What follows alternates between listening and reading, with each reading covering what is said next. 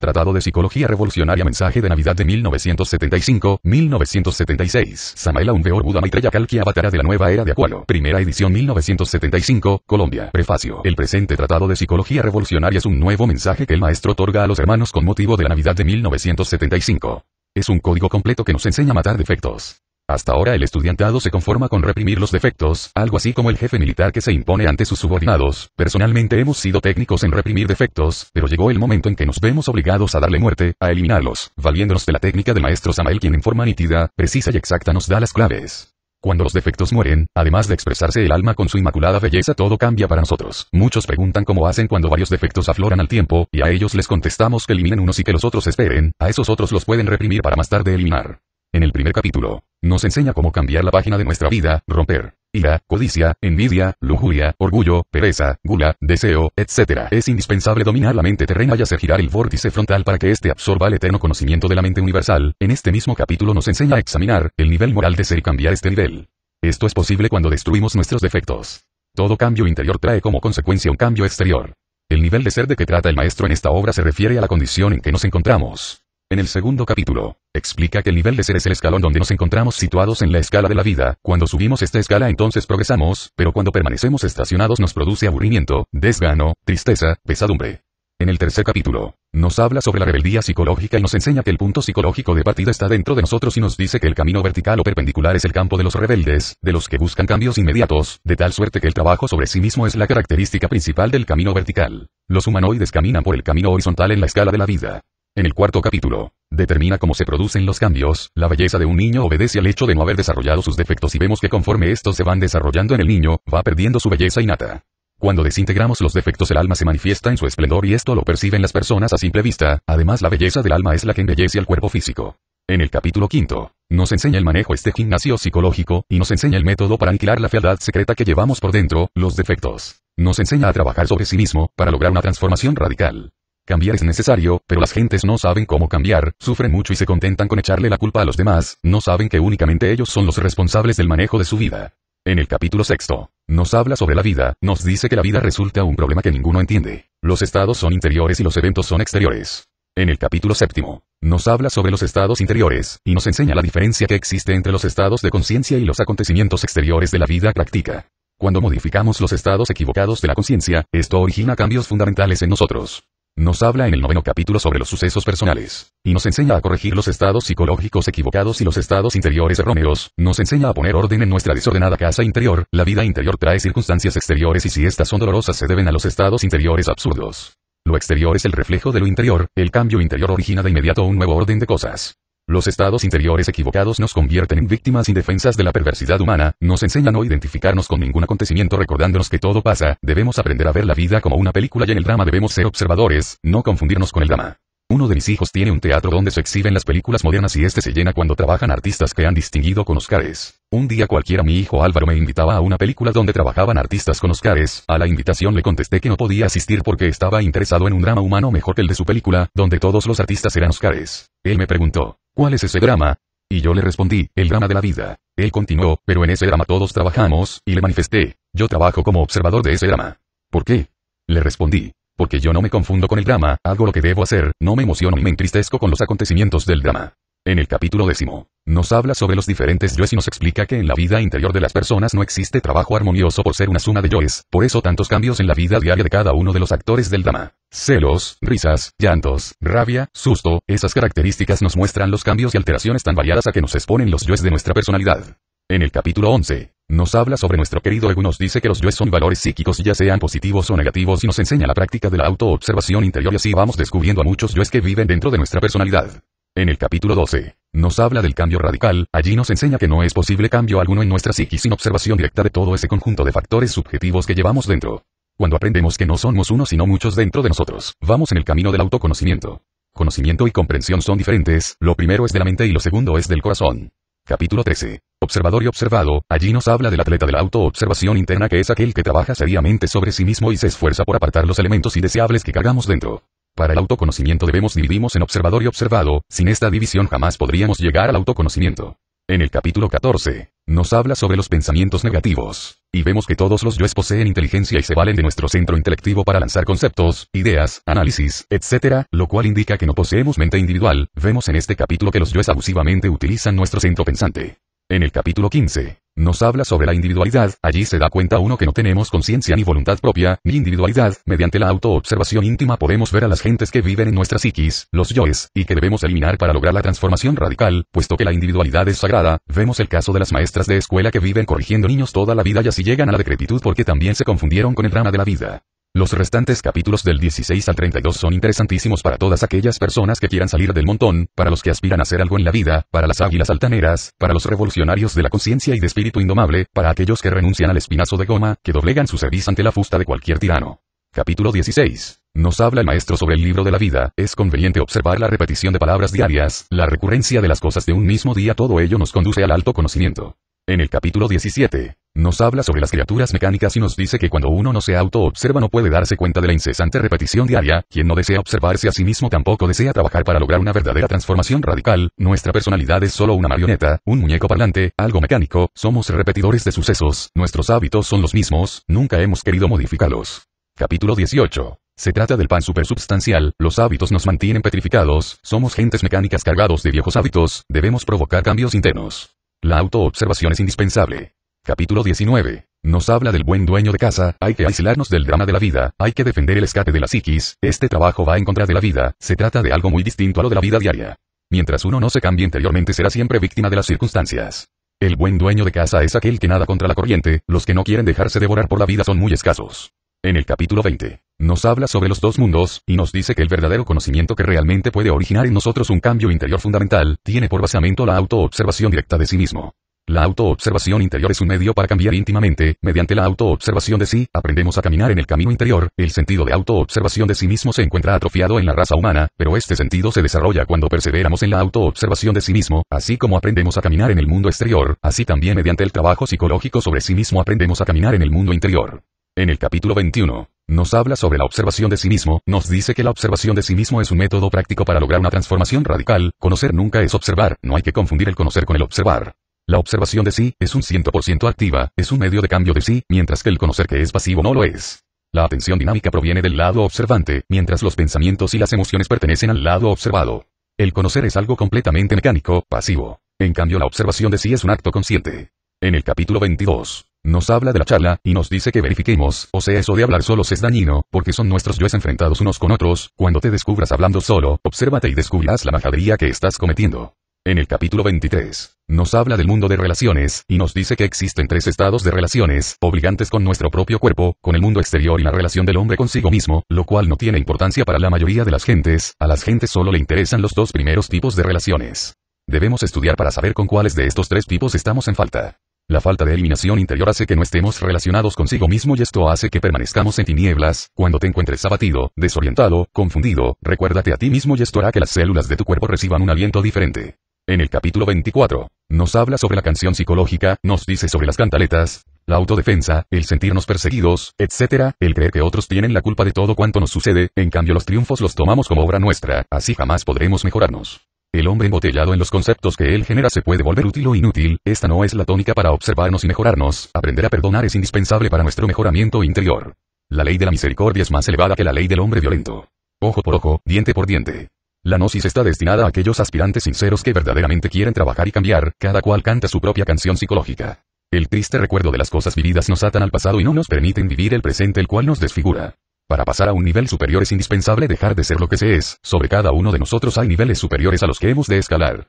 En el capítulo 25, nos habla sobre el retorno y recurrencia y nos dice que gnosis es transformación, renovación, mejoramiento incesante. El que no quiere mejorarse, transformarse, pierde su tiempo porque además de no adelantarse queda en el camino de retroceso y por lo tanto se incapacita para conocerse. Con justa razón asevera el BM que somos marionetas repitiendo las escenas de la vida. Cuando reflexionamos sobre estos hechos nos damos cuenta que somos artistas que trabajamos de balde en el drama de la vida diaria. Cuando tenemos el poder de vigilarnos para observar lo que hace y ejecuta nuestro cuerpo físico, nos colocamos en el camino de la autoobservación consciente y observamos que una cosa es la conciencia, la que conoce, y otra cosa es la que ejecuta y obedece, o sea nuestro propio cuerpo. La comedia de la vida es dura y cruel con aquel que no sabe encender los fuegos internos, se consume entre su propio laberinto en medio de las más profundas tinieblas, los yoes nuestros viven placenteramente en las tinieblas. En el capítulo 26, Nos habla sobre la autoconciencia infantil, dice que cuando el niño nace se reincorpora la esencia, esto da al niño belleza, luego conforme va desarrollando la personalidad se van reincorporando los yoes que vienen de vidas pasadas y va perdiendo la belleza natural.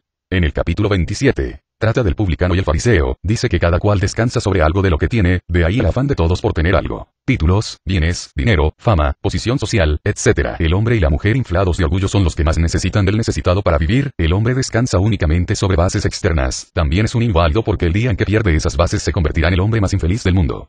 Cuando nos sentimos mayores que los demás estamos engordando nuestros yoes y rehusamos con ello alcanzar ser bienaventurados. Para el trabajo esotérico nuestras propias alabanzas son obstáculos que se oponen a todo progreso espiritual, cuando nos auto-observamos podemos cubrir las bases sobre las cuales descansamos, debemos poner mucha atención a las cosas que nos ofenden o laceran así descubrimos las bases psicológicas sobre las cuales nos hallamos. En este sendero del mejoramiento el que se cree superior a otros se estanca o retrocede. En el proceso iniciático de mi vida se operó un gran cambio cuando afligido por miles de asperezas, desengaños e infortunios, hice en mi hogar el curso de Pali y abandoné la pose de yo soy el que da todo para este hogar, para sentirme un triste limosnero, enfermo y sin nada en la vida, todo cambió en mi vida porque se me brindaba desayuno, almuerzo y comida, ropa limpia y el derecho de dormir en el mismo lecho que mi patrona, la esposa sacerdotisa, pero esto solo duró días porque aquel hogar no me soportó aquella actitud o táctica guerrera. Hay que aprender a transformar el mal en bien, las tinieblas en luz, el odio en amor, etc. El real ser no discute ni entiende las injurias de los yoes que nos disparan los adversarios o amigos. Los que sienten esos latigazos son los yoes que atan el alma nuestra, ellos se enfrascan y reaccionan coléricos e iracundos, a ellos les interesa ir contra el Cristo interno, contra nuestra propia simiente. Cuando los estudiantes nos piden remedio para curar las poluciones, les aconsejamos que abandonen la ira, los que lo han hecho obtienen beneficios. En el capítulo 28, nos habla el maestro sobre la voluntad, nos dice que debemos trabajar en esta obra del Padre, pero los estudiantes creen que es trabajar con el arcano Asf, el trabajo sobre nosotros mismos, el trabajo con los tres factores que libertan a nuestra conciencia, debemos conquistarnos interiormente, libertar el Prometeo que tenemos encadenado dentro de nosotros.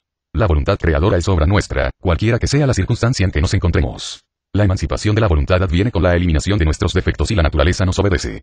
En el capítulo 29, nos habla de la decapitación, nos dice que los momentos más tranquilos de nuestras vidas son los menos favorables para autoconocernos, esto solo se consigue en el trabajo de la vida, en las relaciones sociales, negocios, juegos, en fin en la vida diaria es cuando más añoran nuestros yoes. El sentido de la autoobservación interna se encuentra atrofiada en todo ser humano, este sentido se desarrolla en forma progresiva con la autoobservación que ejecutamos, de momento en momento y con el uso continuo. Todo lo que está fuera de lugar es malo y lo malo deja de serlo cuando está en su lugar, cuando debe ser.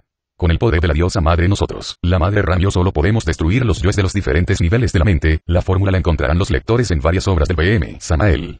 Estella Maris es la asignatura astral, la potencia sexual, ella tiene el poder de desintegrar las aberraciones que en nuestro interior psicológico cargamos. Tonantzin decapita cualquier yo psicológico. En el capítulo 30, nos habla del centro de gravedad permanente, y nos dice que cada persona es una máquina de servicio de los innumerables yoes que lo poseen y por consiguiente la persona humana no posee centro de gravedad permanente, por consiguiente solo existe inestabilidad para lograr la autorrealización íntima del ser. Se requiere continuidad de propósito y esto se logra extirpando los egos o yoes que llevamos dentro. Si no trabajamos sobre sí mismo involucionamos y degeneramos. El proceso de la iniciación nos pone en el camino de la superación, nos conduce al estado angélico débico. En el capítulo 31, nos habla del bajo esotérico gnóstico, y nos dice que se requiere examinar el yo atrapado o que lo reconocemos, requisito indispensable para poderlo destruir es la observación, ello permite que entre un rayo de luz en nuestro interior. La destrucción de los yoes que hemos analizado debe ir acompañado de servicios a los demás dándoles instrucción para que ellos se liberen de los satanes o yoes que obstaculizan su propia redención. En el capítulo 32, nos habla sobre la oración en el trabajo, nos dice que la observación, juicio y ejecución son los tres factores básicos de la disolución del yo. 1 se observa, 2 se enjuicia, 3 se ejecuta. Así se hace con los espías en la guerra. El sentido de autoobservación interna conforme se vaya desarrollando nos permitirá ver el avance progresivo de nuestro trabajo. Hace 25 años en la Navidad de 1951 nos decía el maestro aquí en la ciudad de Ciénaga y más tarde lo explica en el mensaje de Navidad de 1962, lo siguiente. Estoy de parte de vosotros hasta que hayáis formado al Cristo en vuestro corazón. Sobre sus hombros pesa la responsabilidad del pueblo de Acuario y la doctrina del amor se expande a través del conocimiento gnóstico. Si quieres seguir la doctrina del amor, debes dejar de odiar, aún en su más ínfima manifestación. Ello nos prepara para que surja el niño de oro, el niño de la alquimia, el hijo de la castidad, el Cristo interno que vive y palpita en el fondo mismo de nuestra energía creadora. Así logramos la muerte de las legiones de yoes satánicos que mantenemos dentro y nos preparamos para la resurrección, para un cambio total. Esta santa doctrina no la entienden los humanos de esta era, pero debemos luchar para ellos en el culto de todas las religiones, para que anhelen una vida superior, dirigida por seres superiores. Este cuerpo de doctrina nos regresa a la doctrina del Cristo interno, cuando la llevemos a la práctica cambiaremos el porvenir de la humanidad. Paz inferencial, Garga Cuichines. Capítulo 1 El nivel del ser. ¿Quiénes somos? ¿De dónde venimos? ¿Para dónde vamos? ¿Para qué vivimos? ¿Por qué vivimos? Incuestionablemente el pobre animal intelectual equivocadamente llamado hombre, no solo no sabe, sino además ni siquiera sabe que no sabe. Lo peor de todo es la situación tan difícil y tan extraña en que nos encontramos. Ignoramos el secreto de todas nuestras tragedias y sin embargo estamos convencidos de que lo sabemos todo. Llévese un mamífero racional, una persona de esas que en la vida presumen de influyentes, al centro del desierto del Sahara, déjesele allí lejos de cualquier oasis y obsérvese desde una nave aérea todo lo que sucede. Los hechos hablarán por sí mismos. El humanoide intelectual, aunque presuma de fuerte y se crea muy hombre, en el fondo resulta espantosamente débil. El animal racional es tonto en un 100%. Piensa de sí mismo lo mejor. Cree que puede desenvolverse maravillosamente mediante el kindergarten, manuales de humanidad, primarias, secundarias, bachillerato, universidad, el buen prestigio del papá, etcétera, etcétera, etcétera. Desafortunadamente, tras de tantas letras y buenos modales, títulos y dinero, bien sabemos que cualquier dolor de estómago nos entristece y que en el fondo continuamos siendo infelices y miserables. Basta leer la historia universal para saber que somos los mismos bárbaros de antaño y que en vez de mejorar nos hemos vuelto peores. Este siglo XX con toda su espectacularidad, guerras, prostitución, sodomía mundial, degeneración sexual, drogas, alcohol, crueldad exorbitante, perversidad extrema, monstruosidad, etcétera, etcétera, etcétera, es el espejo en que debemos mirarnos. No existe pues razón de peso como para jactarnos de haber llegado a una etapa superior de desarrollo. Pensar que el tiempo significa progreso es absurdo. Desgraciadamente los ignorantes ilustrados continúan embotellados en el dogma de la evolución. En todas las páginas negras de la negra historia hallamos siempre las mismas horrorosas crueldades, ambiciones, guerras, etcétera. Sin embargo, nuestros contemporáneos supercivilizados están todavía convencidos de que eso de la guerra es algo secundario, un accidente pasajero que nada tiene que ver con su tan cacareada civilización moderna. Ciertamente lo que importa es el modo de ser de cada persona. Algunos sujetos serán borrachos, otros abstemios, aquellos honrados y estos otros sinvergüenzas. De todo hay en la vida. La masa es la suma de los individuos. Lo que es el individuo es la masa, es el gobierno, etcétera. La masa es pues la extensión del individuo. No es posible la transformación de las masas, de los pueblos, si el individuo, si cada persona, no se transforma. Nadie puede negar que existen distintos niveles sociales. Hay gentes de iglesia y de prostíbulo, de comercio y de campo, etcétera, etcétera, etcétera. Así también existen distintos niveles del ser. Lo que internamente somos, espléndidos o mezquinos, generosos o tacaños, violentos o apacibles, castos o lujuriosos, atrae las diversas circunstancias de la vida. Un lujurioso atraerá siempre escenas, dramas y hasta tragedias de lascivia en las que se verá metido. Un borracho atraerá a los borrachos y se verá metido siempre en bares y cantinas. Eso es obvio, que atraerá el usurero, el egoísta. ¿Cuántos problemas, cárceles, desgracias? Sin embargo, la gente amargada, cansada de sufrir, tiene ganas de cambiar, voltear la página de su historia. Pobres gentes.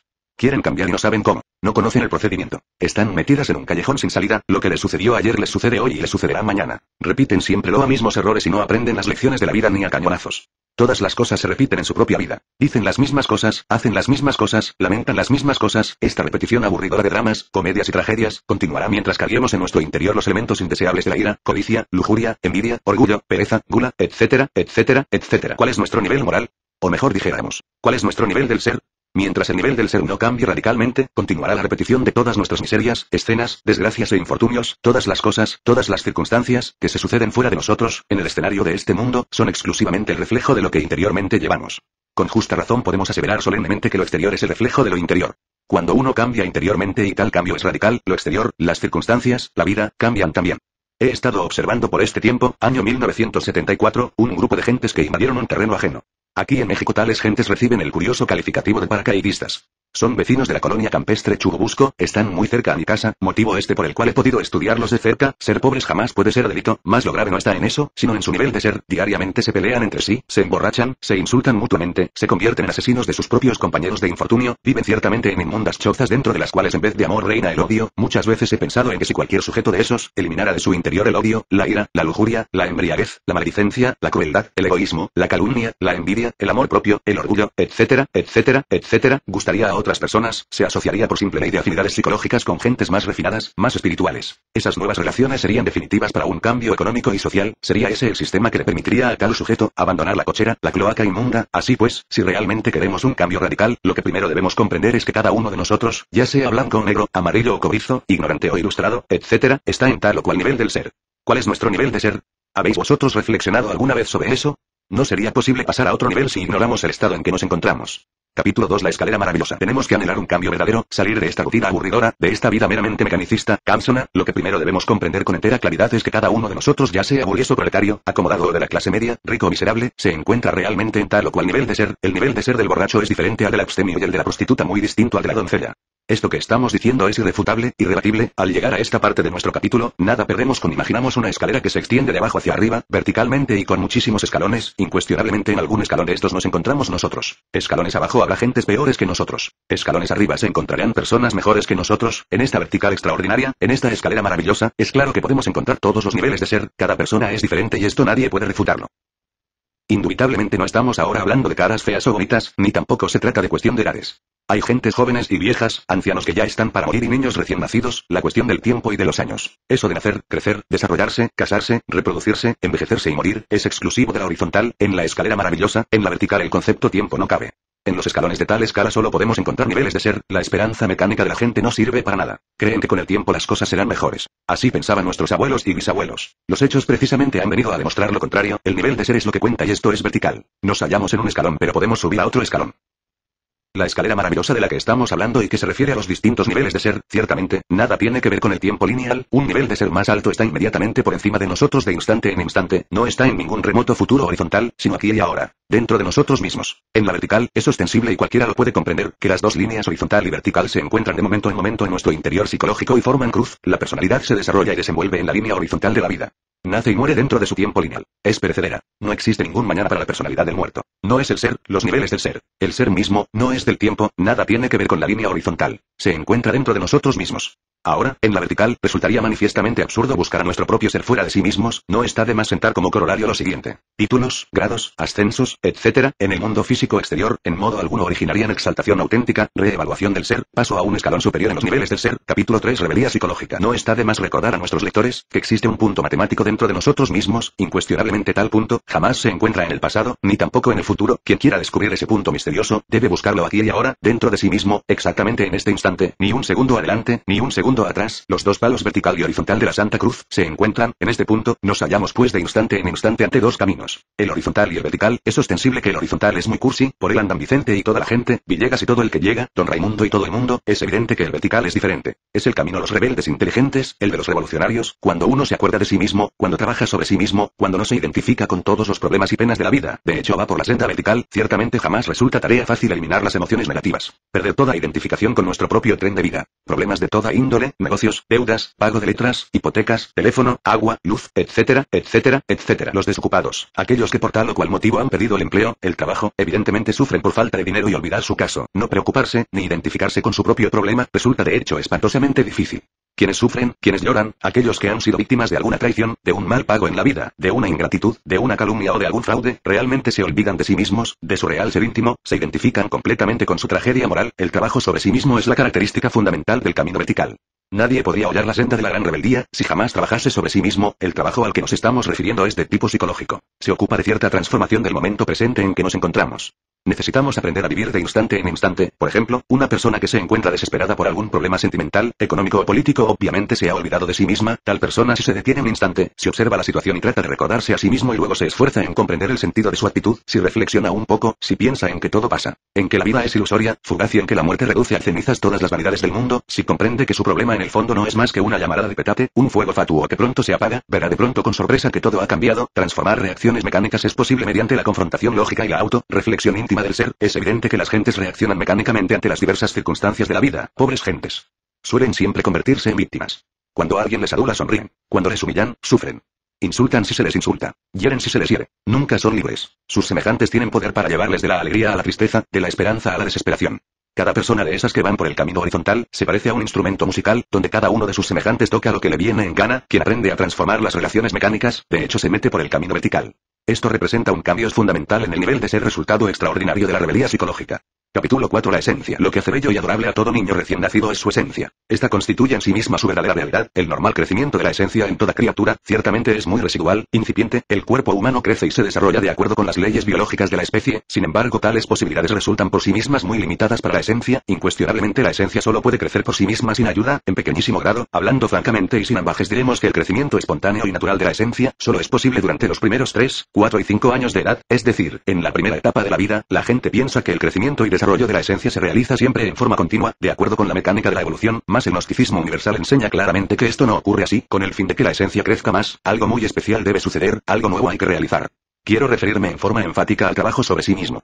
El desarrollo de la esencia únicamente es posible a base de trabajos conscientes y padecimientos voluntarios. Es necesario comprender que estos trabajos no se refieren a cuestiones de profesión, bancos, carpintería, albañilería, arreglo de líneas férreas o asuntos de oficina. Este trabajo es para toda persona que ha desarrollado la personalidad. Se trata de algo psicológico. Todos nosotros sabemos que tenemos dentro de sí mismos eso que se llama ego, yo, mí mismo, sí mismo. Desgraciadamente la esencia se encuentra embotellada, enfrascada, entre el ego y esto es lamentable. Disolver el yo psicológico, desintegrar sus elementos indeseables, es urgente, inaplazable, impostergable, así es el sentido del trabajo sobre sí mismo.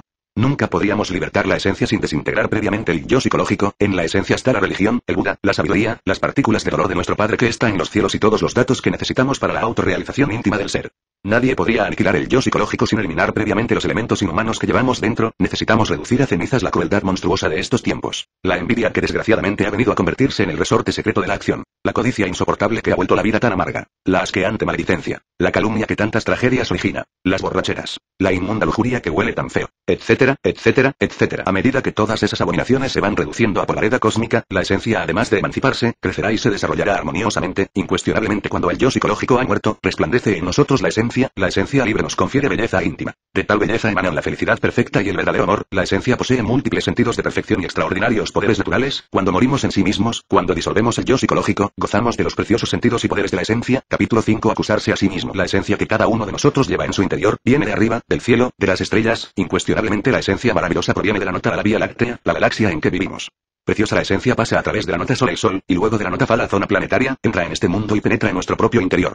Nuestros padres crearon el cuerpo apropiado para la recepción de esta esencia que viene de las estrellas, trabajando intensamente sobre nosotros mismos y sacrificándonos por nuestros semejantes. Regresaremos victoriosos al seno profundo de Urania. Nosotros estamos viviendo en este mundo por algún motivo, para algo, por algún factor especial. Obviamente en nosotros hay mucho que debemos ver, estudiar y comprender, si es que en realidad anhelamos saber algo sobre nosotros mismos, sobre nuestra propia vida. Trágica es la existencia de aquel que muere sin haber conocido el motivo de su vida. Cada uno de nosotros debe descubrir por sí mismo el sentido de su propia vida, aquello que lo mantiene prisionero en la cárcel del dolor. Ostensiblemente hay en cada uno de nosotros algo que nos amarga a la vida y contra lo cual necesitamos luchar firmemente. No es indispensable que continuemos en desgracia, es impostergable reducir a polvareda cósmica eso que nos hace tan débiles e infelices. De nada sirve engreírnos con títulos, honores, diplomas, dinero, vano racionalismo subjetivo, consabidas virtudes, etcétera, etcétera, etcétera. No debemos olvidar jamás que la hipocresía y las tontas vanidades de la falsa personalidad hacen de nosotros gentes torpes, rancias, retardatarias, reaccionarias, incapaces para ver lo nuevo. La muerte tiene muchos significados tanto positivos como negativos. Consideremos aquella magnífica observación del gran Kabir Jesús el Cristo. Que los muertos sepulten a sus muertos. Muchas gentes aunque viven están de hecho muertas para todo posible trabajo sobre sí mismas y por ende, para cualquier transformación íntima. Son personas embotelladas entre sus dogmas y creencias. Gentes petrificadas en los recuerdos de muchos ayeres. Individuos llenos de prejuicios ancestrales. Personas esclavas del que dirán, espantosamente tibias, indiferentes, a veces sabiondas convencidas de estar en la verdad porque así se lo dijeron, etcétera, etcétera, etcétera. No quieren esas gentes entender que este mundo es un gimnasio psicológico mediante el cual sería posible aniquilar esa fealdad secreta que todos llevamos dentro. Si esas pobres gentes comprendieran el estado tan lamentable en que se encuentran, temblarían de horror. Empero, tales personas piensan siempre de sí mismas lo mejor. Se jactan de sus virtudes, se sienten perfectas, bondadosas, serviciales, nobles, caritativas, inteligentes, cumplidoras de sus deberes, etc. La vida práctica como escuela es formidable, pero tomarla como un fin en sí misma es manifiestamente absurdo. Quienes toman la vida en sí misma, tal como se vive diariamente, no han comprendido la necesidad de trabajar sobre sí mismos para lograr una transformación radical. Desgraciadamente las gentes viven mecánicamente, nunca han oído decir algo sobre el trabajo interior. Cambiar es necesario pero las gentes no saben cómo cambiar. Sufren mucho y ni siquiera saben por qué sufren. Tener dinero no es todo. La vida de muchas personas ricas suele ser verdaderamente trágica. Capítulo 6. La vida. En el terreno de la vida práctica descubrimos siempre contrastes que asombran. Gentes adineradas con magnífica residencia y muchas amistades, a veces sufren espantosamente. Humildes proletarios de pico y pala o personas de la clase media, suelen vivir a veces en completa felicidad. Muchos archimillonarios sufren de impotencia sexual y ricas matronas lloran amargamente la infidelidad del marido. Los ricos de la tierra parecen buitres entre jaulas de oro. Por estos tiempos no pueden vivir sin guardaespaldas. Los hombres de estado arrastran cadenas, nunca están libres, andan por doquiera rodeados de gente armada hasta los dientes. Estudiemos esta situación más detenidamente. Necesitamos saber qué es la vida. Cada cual es libre de opinar como quiera, digan lo que digan, ciertamente nadie sabe nada, la vida resulta un problema que ninguno entiende. Cuando las gentes desean contarnos gratuitamente la historia de su vida, citan acontecimientos, nombres y apellidos, fechas, etc., y sienten satisfacción al hacer sus relatos. Esas pobres gentes ignoran que sus relatos están incompletos porque eventos, nombres y fechas, es tan solo el aspecto externo de la película, falta el aspecto interno. Es urgente conocer estados de conciencia, a cada evento le corresponde tal o cual estado anímico. Los estados son interiores y los eventos son exteriores, los acontecimientos externos no son todo, entiéndase por estados interiores las buenas o malas disposiciones, las preocupaciones, la depresión, la superstición, el temor, la sospecha, la misericordia, la autoconsideración, la sobreestimación de sí mismo. Estados de sentirse feliz, estados de gozo, etcétera, etcétera, etcétera. Incuestionablemente los estados interiores pueden corresponderse exactamente con los acontecimientos exteriores o ser originados por estos, o no tener relación alguna con los mismos, en todo caso estados y eventos son diferentes. No siempre los sucesos se corresponden exactamente con estados afines. El estado interior de un evento agradable podría no corresponderse con el mismo. El estado interior de un evento desagradable podría no corresponderse con el mismo. Acontecimientos aguardados durante mucho tiempo, cuando vinieron sentimos que faltaba algo, ciertamente faltaba el correspondiente estado interior que debía combinarse con el acontecimiento exterior, muchas veces el acontecimiento que no se esperaba viene a ser el que mejores momentos nos ha proporcionado. Capítulo 7. El estado interior. Combinar estados interiores con acontecimientos exteriores en forma correcta, es saber vivir inteligentemente. Cualquier evento inteligentemente vivenciado exige su correspondiente estado interior específico, empero, desafortunadamente las gentes cuando revisan su vida, piensan que esta en sí misma está constituida exclusivamente por eventos exteriores, pobres gentes. Piensan que si tal o cual acontecimiento no les hubiese sucedido, su vida habría sido mejor, suponen que la suerte les salió al encuentro y que perdieron la oportunidad de ser felices, lamentan lo perdido, lloran lo que despreciaron, gimen recordando los viejos tropiezos y calamidades, no quieren darse cuenta las gentes que vegetar no es vivir y que la capacidad para existir conscientemente depende exclusivamente de la calidad de los estados interiores del alma, no importa ciertamente cuán hermosos sean los acontecimientos externos de la vida, si no nos encontramos en tales momentos en el estado interior apropiado, los mejores eventos pueden parecernos monótonos, cansones o simplemente aburridores. Alguien aguarda con ansiedad la fiesta de bodas, es un acontecimiento, más podría suceder que se estuviese tan preocupado en el momento preciso del evento, que realmente no gustase en ello ningún deleite y que todo aquello se tornase tan árido y frío como un protocolo. La experiencia nos ha enseñado que no todas las personas que asisten a un banquete o a un baile, gozan de verdad, nunca falta un aburrido en el mejor de los festejos y las piezas más deliciosas alegran a unos y hacen llorar a otros, muy raras son las personas que saben combinar confidentemente el evento externo con el estado interno apropiado, es lamentable que las gentes no sepan vivir conscientemente, lloran cuando deben reír, ríen cuando deben llorar, control es diferente, el sabio puede estar alegre mas nunca jamás lleno de loco frenesí, triste pero nunca desesperado y abatido, sereno en medio de la violencia,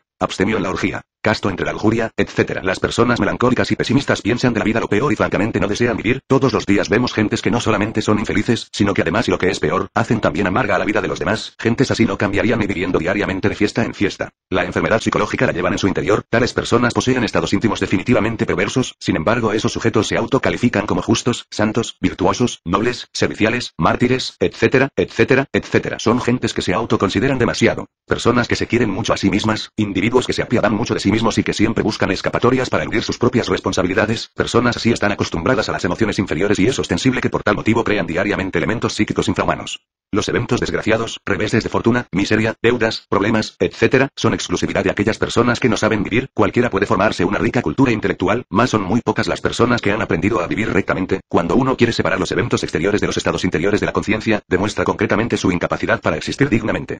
Quienes aprenden a combinar conscientemente eventos exteriores y estados interiores, marchan por el camino del éxito. Capítulo 8. Estados equivocados. Incuestionablemente en la rigurosa observación del mí mismo, resulta siempre impostergable e inaplazable hacer una completa diferenciación lógica en relación con los acontecimientos exteriores de la vida práctica y los estados íntimos de la conciencia. Necesitamos con urgencia saber dónde estamos situados en un momento dado, tanto en relación con el estado íntimo de la conciencia, como en la naturaleza específica del acontecimiento exterior que nos está sucediendo.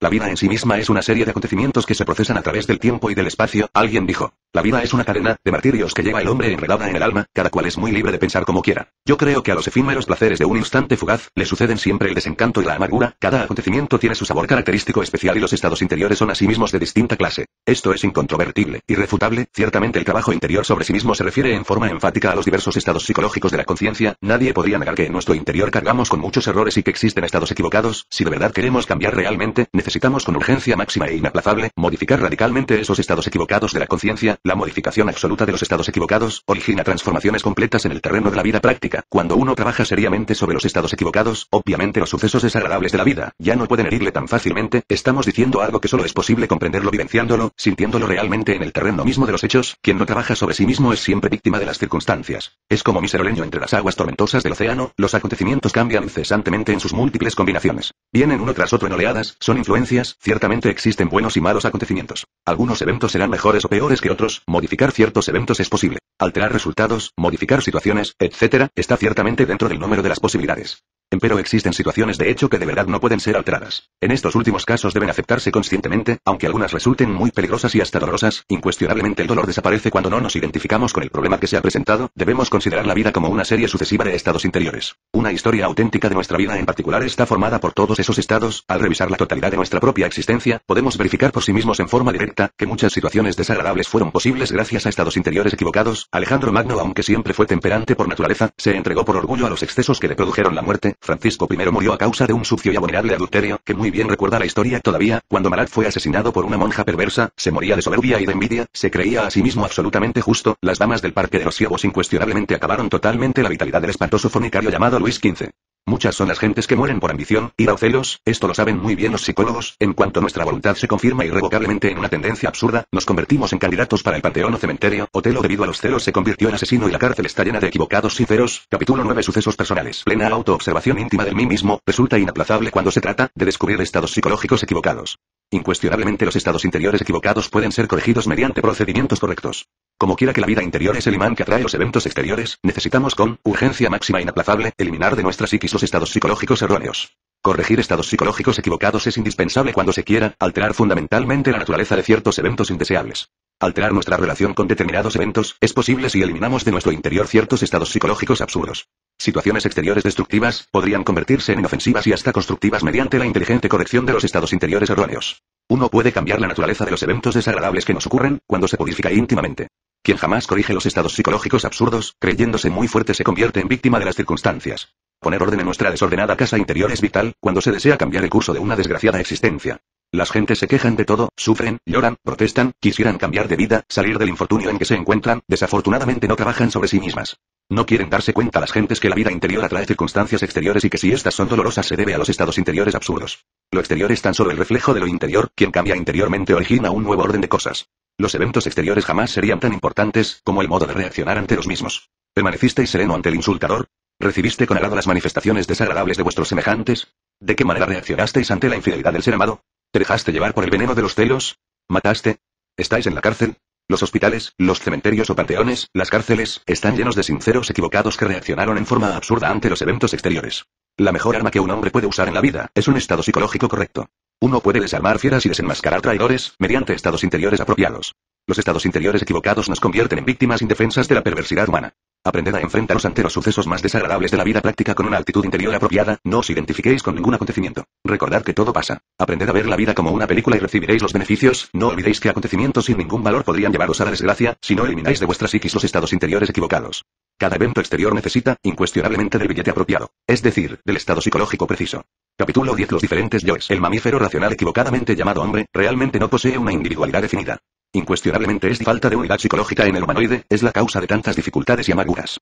El cuerpo físico es una unidad completa y trabaja como un todo orgánico, a menos de estar enfermo. Empero, la vida interior del humanoide en modo alguno es una unidad psicológica. Lo más grave de todo esto, a despecho de lo que digan las diversas escuelas de tipo pseudo-esotérico y pseudo-ocultista, es la ausencia de organización psicológica en el fondo íntimo de cada sujeto. Ciertamente en tales condiciones, no existe trabajo armonioso como un todo, en la vida interior de las personas. El humanoide, respecto de su estado interior, es una multiplicidad psicológica, una suma de yoes. Los ignorantes ilustrados de esta época tenebrosa, le rinden culto al yo, lo endiosan, lo ponen en los altares, lo llaman alter ego, yo superior, yo divino, etcétera, etcétera, etcétera. No quieren darse cuenta los sabiondos de esta edad negra en que vivimos, que yo superior, yo inferior, son dos secciones del mismo ego pluralizado. El humanoide no tiene ciertamente un yo permanente sino una multitud de diferentes yoes infrahumanos y absurdos. El pobre animal intelectual equivocadamente llamado hombre, es semejante a una casa en desorden donde en vez de un amo, existen muchos criados que quieren siempre mandar y hacer lo que les viene en gana. El mayor error del pseudo-esoterismo y pseudo-ocultismo barato, es suponer que los otros poseen o que se tiene un yo permanente e inmutable sin principio y sin fin. Si esos que así piensan despertaran conciencia aunque fuese por un instante, podrían evidenciar claramente por sí mismos, que el humanoide racional nunca es el mismo por mucho tiempo. El mamífero intelectual desde el punto de vista psicológico, está cambiando continuamente. Pensar que si una persona se llama Luis es siempre Luis, resulta algo así como una broma de muy mal gusto. Ese sujeto a quien se llama Luis tiene en sí mismo otros yoes, otros egos, que se expresan a través de su personalidad en diferentes momentos y aunque Luis no guste de la codicia, otro yo en él, llamémosle Pepe, gusta de la codicia y así sucesivamente. Ninguna persona es la misma en forma continua. Realmente no se necesita ser muy sabio como para darse cuenta cabal de los innumerables cambios y contradicciones de cada sujeto. Suponer que alguien posee un yo permanente e inmutable equivale desde luego a un abuso para con el prójimo y para consigo mismo. Dentro de cada persona viven muchas personas, muchos yoes. Esto lo puede verificar por sí mismo y en forma directa cualquier persona despierta, consciente. Capítulo 11. El querido ego. Como quiera que superior e inferior son dos secciones de una misma cosa, no está de más sentar el siguiente corolario. Yo superior, yo inferior son dos aspectos del mismo ego tenebroso y pluralizado. El denominado yo divino o yo superior, alter ego o algo por el estilo, es ciertamente una triquiñuela del mí mismo, una forma de autoengaño. Cuando yo quiere continuar aquí en el más allá, se autoengaña con el falso concepto de un yo divino inmortal. Ninguno de nosotros tiene un yo verdadero, permanente, inmutable, eterno, inefable, etcétera, etcétera, etcétera. Ninguno de nosotros tiene en verdad una verdadera y auténtica unidad de ser. Desafortunadamente ni siquiera poseemos una legítima individualidad. El ego, aunque continúa más allá del sepulcro, tiene sin embargo un principio y un fin. El ego, el yo, nunca es algo individual, unitario, unitotal. Obviamente el yo es yoes. En el Tíbet oriental a los yoes se les denominan agregados psíquicos o simplemente valores, sean estos últimos positivos o negativos. Si pensamos en cada yo como una persona diferente, podemos aseverar en forma enfática lo siguiente. Dentro de cada persona que vive en el mundo, existen muchas personas. Incuestionablemente dentro de cada uno de nosotros viven muchísimas personas diferentes, algunas mejores, otras peores, cada uno de estos yoes, cada una de estas personas lucha por la supremacía, quiere ser exclusiva, controla el cerebro intelectual o los centros emocional y motor cada vez que puede, mientras otro le desplaza. La doctrina de los muchos yoes fue enseñada en el Tíbet oriental por los verdaderos clarividentes, por los auténticos iluminados, cada uno de nuestros defectos psicológicos está personificado en tal o cual yo. Como quiera que tenemos millares y hasta millones de defectos, ostensiblemente vive mucha gente en nuestro interior. En cuestiones psicológicas hemos podido evidenciar claramente que los sujetos paranoicos, ególatras y mitómanos por nada de la vida abandonarían el culto al querido ego. Incuestionablemente tales gentes odian mortalmente la doctrina de los muchos yoes. Cuando uno de verdad quiere conocerse a sí mismo, debe autoobservarse y tratar de conocer los diferentes yoes que están metidos dentro de la personalidad. Si alguno de nuestros lectores no comprende todavía esta doctrina de los muchos yoes, se debe exclusivamente a la falta de práctica en materia de autoobservación. A medida que uno practica la autoobservación interior, va descubriendo por sí mismo a muchas gentes, a muchos yoes, que viven dentro de nuestra propia personalidad. Quienes niegan la doctrina de los muchos yoes, quienes adoran a un yo divino, indubitablemente jamás se han autoobservado seriamente. Hablando esta vez en estilo socrático diremos que esas gentes no solo ignoran sino además ignoran que ignoran. Ciertamente jamás podríamos conocernos a sí mismos, sin la autoobservación seria y profunda. En tanto un sujeto cualquiera siga considerándose como uno, es claro que cualquier cambio interior será algo más que imposible. Capítulo 12. El cambio radical. En tanto un hombre prosiga con el error de creerse a sí mismo uno, único, individual, es evidente que el cambio radical será algo más que imposible. El hecho mismo de que el trabajo esotérico comience con la rigurosa observación de sí mismo, nos está indicando una multiplicidad de factores psicológicos, yoes o elementos indeseables que es urgente extirpar, erradicar de nuestro interior. Incuestionablemente en modo alguno sería posible eliminar errores desconocidos, urge observar previamente aquello que queremos separar de nuestra psiquis. Este tipo de trabajo no es externo sino interno y quienes piensen que cualquier manual de humanidad o sistema ético externo y superficial les pueda llevar al éxito, estarán de hecho totalmente equivocados. El hecho concreto y definitivo de que el trabajo íntimo empiece con la atención concentrada en la observación plena de sí mismo, es motivo más que suficiente como para demostrar que esto exige un esfuerzo personal muy particular de cada uno de nosotros. Hablando francamente y sin ambajes, aseveramos en forma enfática lo siguiente: ningún ser humano podría hacer este trabajo por nosotros. No es posible cambio alguno en nuestra psiquis, sin la observación directa de todo ese conjunto de factores subjetivos que llevamos dentro. Dar por aceptada la multiplicidad de errores, descartando la necesidad de estudio y observación directa de los mismos, significa de hecho una evasiva o escapatoria, una huida de sí mismo, una forma de autoengaño. Solo a través del esfuerzo riguroso de la observación juiciosa de sí mismo, sin escapatorias de ninguna especie podremos evidenciar realmente que no somos uno sino muchos. Permitir la pluralidad del yo y evidenciarla a través de la observación rigurosa, son dos aspectos diferentes. Alguien puede aceptar la doctrina de los muchos yoes sin haberlo jamás evidenciado. Esto último solo es posible autoobservándose cuidadosamente. Rehuir el trabajo de observación íntima, buscar evasivas, es signo inconfundible de degeneración. Mientras un hombre sustente la ilusión de que es siempre una y la misma persona, no puede cambiar y, es obvio que la finalidad de este trabajo es precisamente lograr un cambio gradual en nuestra vida interior. La transformación radical es una posibilidad definida que normalmente se pierde cuando no se trabaja sobre sí mismo. El punto inicial del cambio radical permanece oculto mientras el hombre continúe creyéndose uno. Quienes rechazan la doctrina de los muchos yoes, demuestran claramente que jamás se han autoobservado seriamente. La severa observación de sí mismo sin escapatorias de ninguna especie, nos permite verificar por sí mismos el crudo realismo de que no somos uno sino muchos. En el mundo de las opiniones subjetivas, diversas teorías pseudo-esotéricas o pseudo-ocultistas, sirven siempre de callejón para huir de sí mismos, incuestionablemente la ilusión de que se es siempre una y la misma persona, sirve de escollo para la autoobservación. Alguien podría decir, sé que no soy uno sino muchos, la gnosis me lo ha enseñado. Tal afirmación aunque fuese muy sincera si no existiese plena experiencia vivida sobre ese aspecto doctrinario, obviamente tal afirmación sería algo meramente externo y superficial. Evidenciar, experimentar y comprender es lo fundamental, solo así es posible trabajar conscientemente para lograr un cambio radical. Afirmar es una cosa y comprender es otra. Cuando alguien dice, comprendo que no soy uno sino muchos, si su comprensión es verdadera y no mera palabrería insustancial de charla ambigua, esto indica, señala, acusa, plena verificación de la doctrina de los muchos yoes. Conocimiento y comprensión son diferentes. El primero de estos es de la mente, el segundo del corazón. El mero conocimiento de la doctrina de los muchos yoes de nada sirve. Desafortunadamente por estos tiempos en que vivimos, el conocimiento ha ido mucho más allá de la comprensión, porque el pobre animal intelectual equivocadamente llamado hombre, desenvolvió exclusivamente el lado del conocimiento olvidando lamentablemente el correspondiente lado del ser. Conocer la doctrina de los muchos yoes y comprenderla, es fundamental para todo cambio radical verdadero. Cuando un hombre comienza a observarse detenidamente a sí mismo, desde el ángulo de que no es uno sino muchos, obviamente ha iniciado el trabajo serio sobre su naturaleza interior. Capítulo 13. Observador y observado. Es muy claro y no resulta difícil comprender que cuando alguien empieza a observarse a sí mismo seriamente desde el punto de vista que no es uno sino muchos, comienza realmente a trabajar sobre todo eso que carga dentro. Es óbice, obstáculo, tropiezo, para el trabajo de autoobservación íntima, los siguientes defectos psicológicos: mitomanía, delirio de grandeza, creerse un dios. Egolatría, creencia en un yo permanente. Adoración a cualquier especie de alter ego. Paranoia, sabiondez, autosuficiencia, engreimiento, creerse infalible. Orgullo místico, persona que no sabe ver el punto de vista ajeno. Cuando se continúa con la convicción absurda que se es uno, que se posee un yo permanente, resulta algo más que imposible el trabajo serio sobre sí mismo. Quien siempre se cree uno, nunca será capaz de separarse de sus propios elementos indeseables. Considerará a cada pensamiento, sentimiento, deseo, emoción, pasión, afecto, etcétera, etcétera, etcétera, como funcionalismos diferentes, inmodificables, de su propia naturaleza y hasta se justificará ante los demás diciendo que tales o cuales defectos personales son de carácter hereditario. Quien acepta la doctrina de los muchos yoes, comprende a base de observación que cada deseo, pensamiento, acción, pasión, etcétera, corresponde a este u otro yo distinto, diferente. Cualquier atleta de la autoobservación íntima, trabaja muy seriamente dentro de sí mismo y se esfuerza por apartar de su psiquis los diversos elementos indeseables que carga dentro. Si uno de verdad y muy sinceramente comienza a observarse internamente, resulta dividiéndose en dos, observador y observado. Si tal división no se produjera, es evidente que nunca daríamos un paso adelante en la vía maravillosa del autoconocimiento. ¿Cómo podríamos observarnos a sí mismos si cometemos el error de no querer dividirnos entre observador y observado? Si tal división no se produjera, es obvio que nunca daríamos un paso adelante en el camino del autoconocimiento. Indubitablemente cuando esta división no se sucede continuamos identificados con todos los procesos del yo pluralizado. Quien se identifica con los diversos procesos del yo pluralizado, es siempre víctima de las circunstancias. ¿Cómo podría modificar circunstancias aquel que no se conoce a sí mismo? ¿Cómo podría conocerse a sí mismo quien nunca se ha observado internamente? ¿De qué manera podría alguien autoobservarse si no se divide previamente en observador y observado? Ahora bien, nadie puede empezar a cambiar radicalmente en tanto no sea capaz de decir, este deseo es un yo animal que debo eliminar, este pensamiento egoísta es otro yo que me atormenta y que necesito desintegrar, este sentimiento que hiere mi corazón es un yo intruso que necesito reducir a polaridad cósmica, etcétera, etcétera, etcétera. Naturalmente esto es imposible para quien nunca se ha dividido entre observador y observado.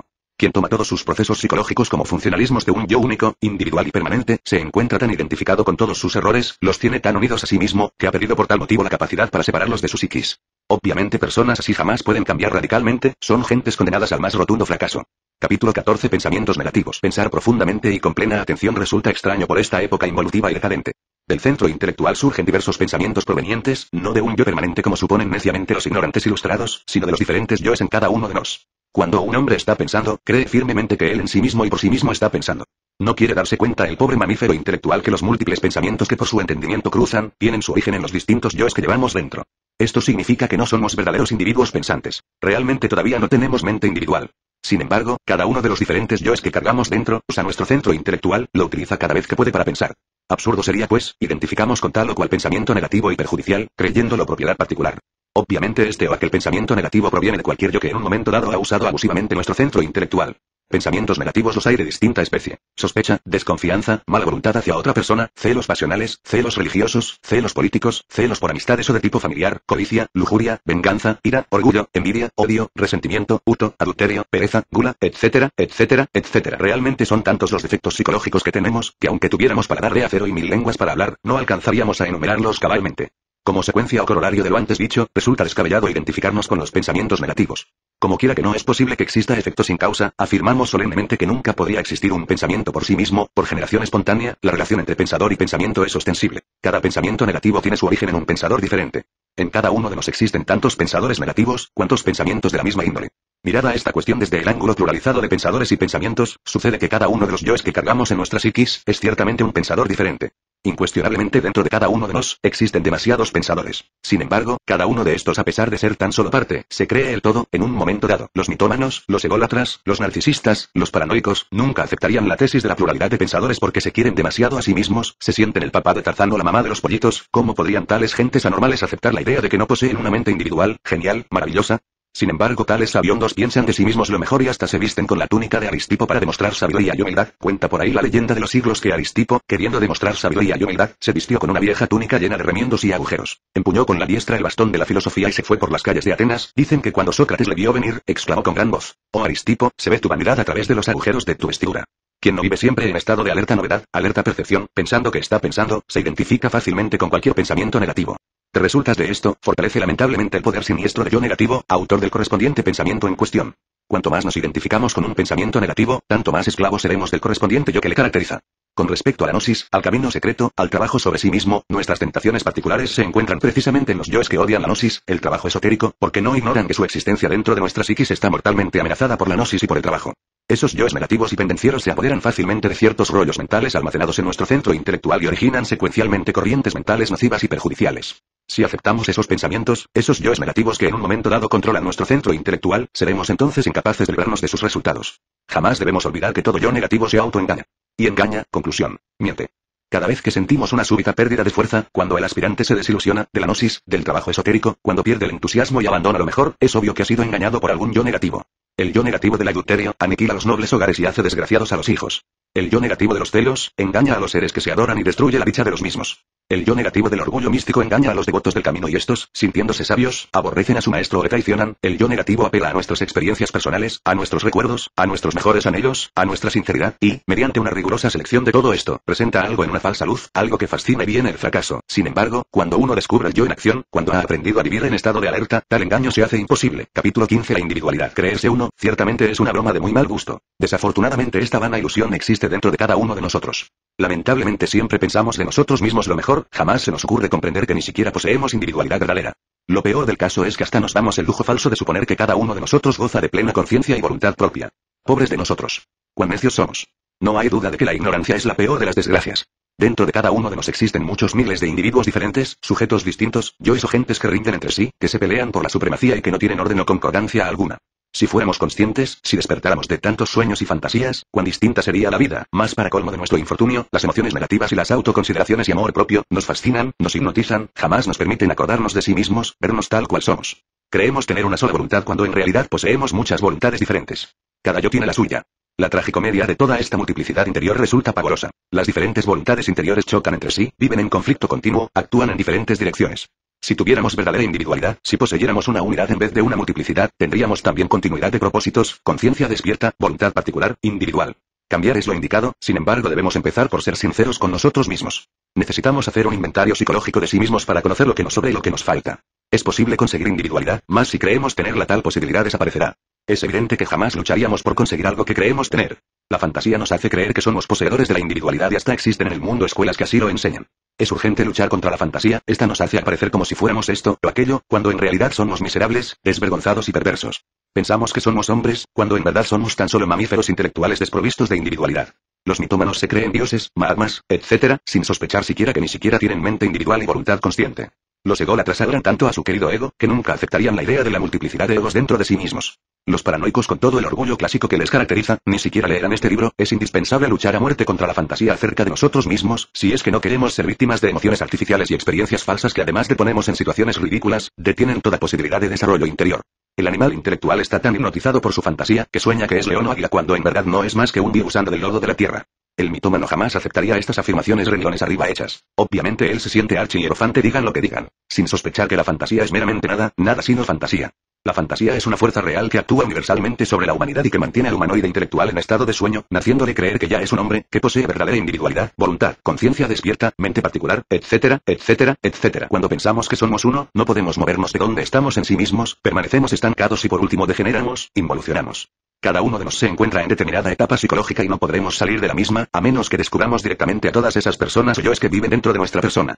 Es claro que mediante la autoobservación íntima podremos ver a las gentes que viven en nuestra psiquis y que necesitamos eliminar para lograr la transformación radical. Esta percepción, esta autoobservación, cambia fundamentalmente todos los conceptos equivocados que sobre sí mismos teníamos y como resultado evidenciamos el hecho concreto de que no poseemos verdadera individualidad. Mientras no nos autoobservemos, viviremos en la ilusión de que somos uno y en consecuencia nuestra vida será equivocada. No es posible relacionarnos correctamente con nuestros semejantes mientras no se realice un cambio interior en el fondo de nuestra psiquis. Cualquier cambio íntimo exige la eliminación previa de los yoes que llevamos dentro. De ninguna manera podríamos eliminar tales yoes si no los observamos en nuestro interior. Aquellos que se sienten uno, que piensan de sí mismos lo mejor, que nunca aceptarían la doctrina de los muchos, tampoco desean observar a los yoes y por lo tanto cualquier posibilidad de cambio se hace en ellos imposible. No es posible cambiar si no se elimina, más quien se siente poseedor de la individualidad si aceptase que debe eliminar, ignoraría realmente qué es lo que debe eliminar.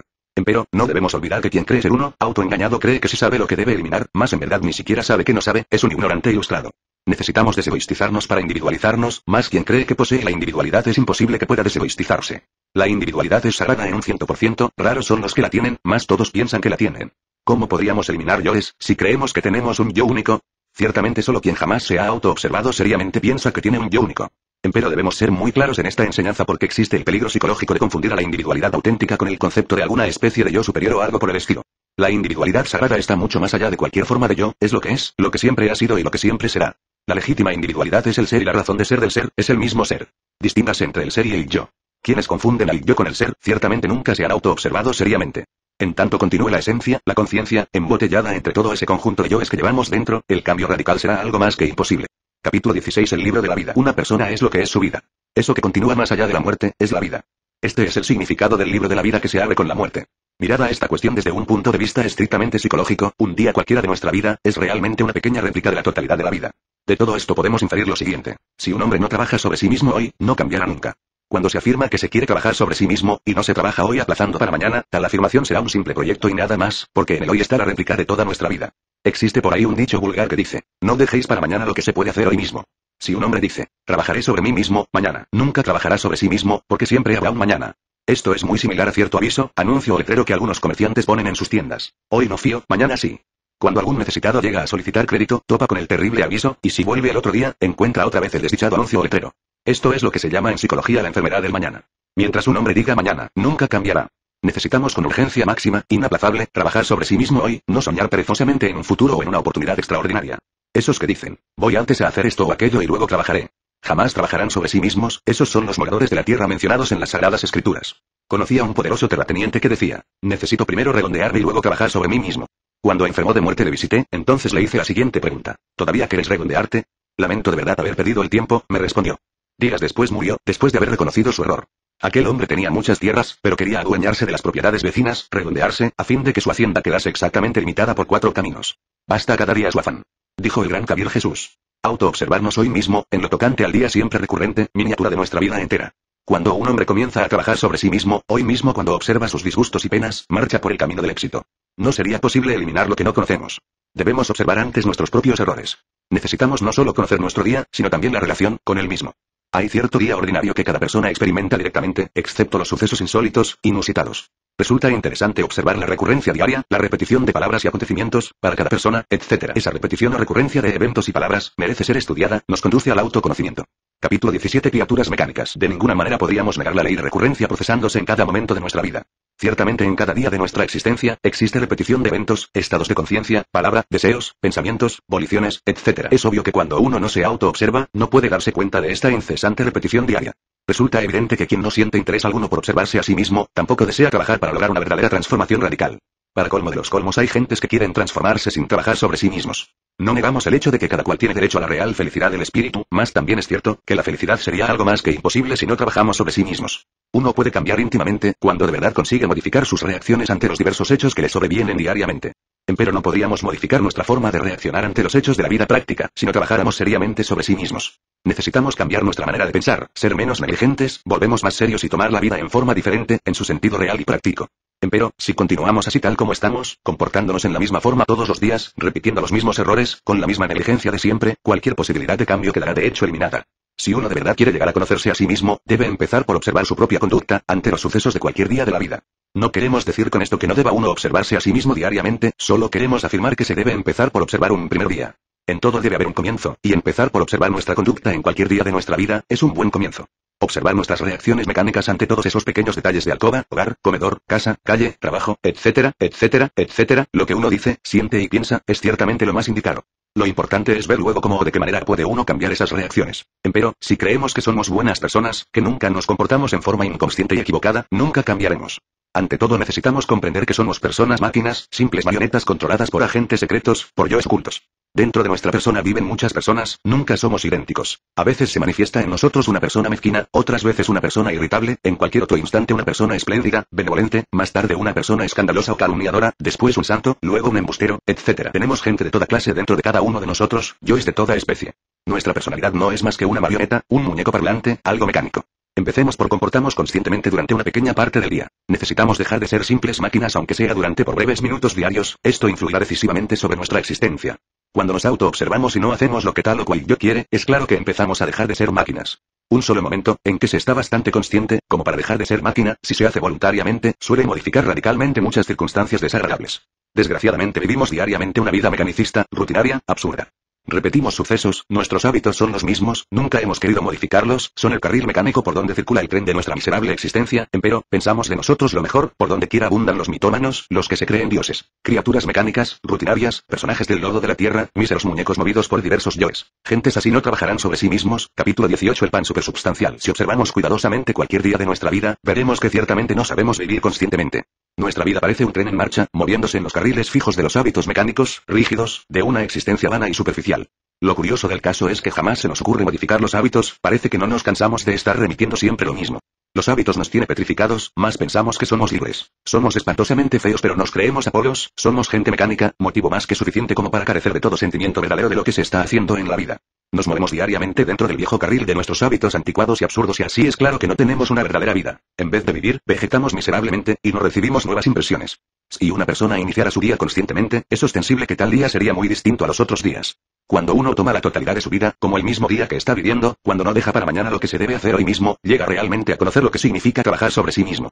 Jamás un día carece de importancia. Si en verdad queremos transformarnos radicalmente, debemos vernos, observarnos y comprendernos diariamente. Sin embargo, las gentes no quieren verse a sí mismas, algunos teniendo ganas de trabajar sobre sí mismos, justifican su negligencia con frases como la siguiente. El trabajo en la oficina no permite trabajar sobre sí mismo. Palabras estas sin sentido, huecas, vanas, absurdas, que solo sirven para justificar la indolencia, la pereza, la falta de amor por la gran causa. Gentes así, aunque tengan muchas inquietudes espirituales, es obvio que no cambiarán nunca. Observarnos a sí mismos es urgente, inaplazable, impostergable. La autoobservación íntima es fundamental para el cambio verdadero. ¿Cuál es su estado psicológico al levantarse? ¿Cuál es su estado de ánimo durante el desayuno? ¿Estuvo impaciente con el mesero? ¿Con la esposa? ¿Por qué estuvo impaciente? ¿Qué es lo que siempre le trastorna?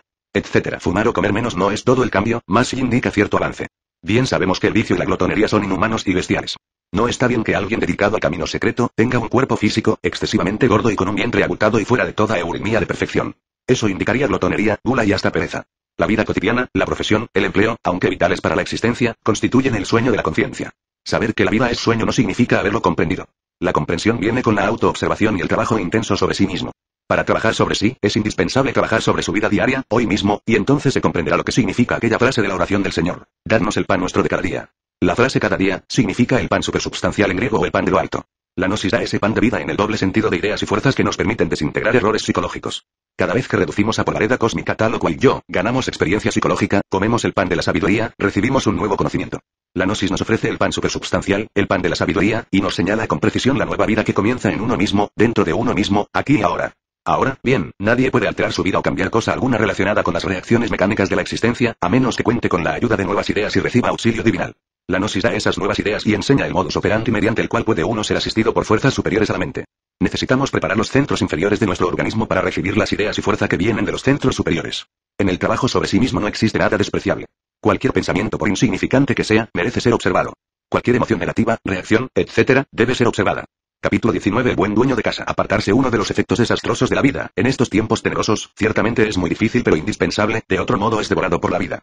Cualquier trabajo que uno haga sobre sí mismo con el propósito de lograr un desarrollo anímico y espiritual, se relaciona siempre con el aislamiento muy bien entendido, pues bajo la influencia de la vida tal como siempre la vivimos, no es posible desarrollar otra cosa que la personalidad. En modo alguno intentamos oponernos al desarrollo de la personalidad, obviamente esta es necesaria en la existencia, más ciertamente es algo meramente artificial, no es lo verdadero, lo real en nosotros. Si el pobre mamífero intelectual equivocadamente llamado hombre no se aísla, sino que se identifica con todos los sucesos de la vida práctica y derrocha sus fuerzas en emociones negativas y en autoconsideraciones personales y en vana palabrería insustancial de charla ambigua, nada edificante, ningún elemento real puede desarrollarse en él, fuera de lo que pertenece al mundo de la mecanicidad. Ciertamente quien quiera de verdad lograr en sí el desarrollo de la esencia, debe llegar a estar herméticamente cerrado. Esto se refiere a algo íntimo estrechamente relacionado con el silencio. La frase viene de los antiguos tiempos, cuando se enseñaba secretamente una doctrina sobre el desarrollo interior del hombre vinculada con el nombre de Hermes. Si uno quiere que algo real crezca en su interioridad, es claro que debe evitar el escape de sus energías psíquicas. Cuando uno tiene escapes de energía y no está aislado en su intimidad, es incuestionable que no podrá lograr el desarrollo de algo real en su psiquis.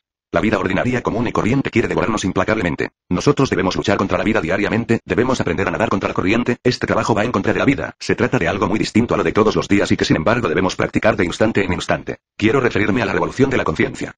Es evidente que si nuestra actitud hacia la vida diaria es fundamentalmente equivocada, si creemos que todo de marchamos bien, así porque sí, vendrán los desengaños, las gentes quieren que las cosas les salgan bien, así porque sí, porque todo debe marchar de acuerdo con sus planes, mas la cruda realidad es diferente, en tanto uno no cambie interiormente, gústele o no le guste será siempre víctima de las circunstancias. Se dice y se escribe sobre la vida, muchas estupideces sentimentales, mas este tratado de psicología revolucionaria es diferente.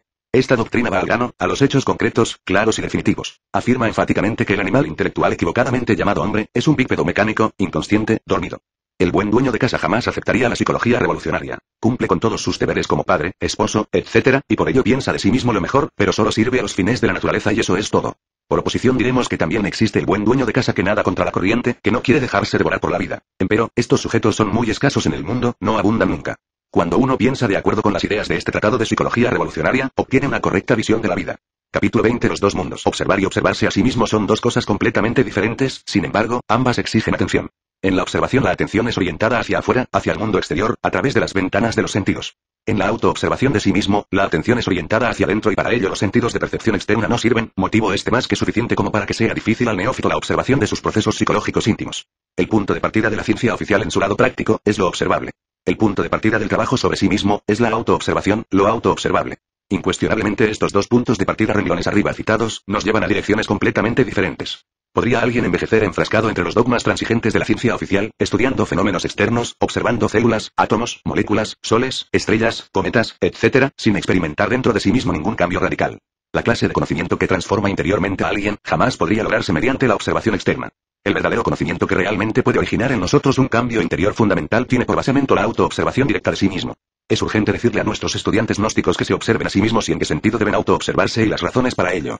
La observación es un medio para modificar las condiciones mecánicas del mundo.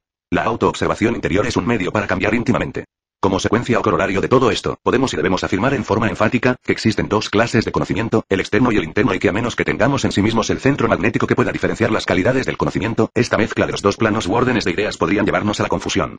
Sublimes doctrinas pseudoesotéricas con marcado cientificismo de fondo, pertenecen al terreno de lo observable, sin embargo son aceptadas por muchos aspirantes como conocimiento interno. Nos encontramos pues ante dos mundos, el exterior y el interior. El primero de estos es percibido por los sentidos de percepción externa. El segundo solo puede ser perceptible mediante el sentido de autoobservación interna.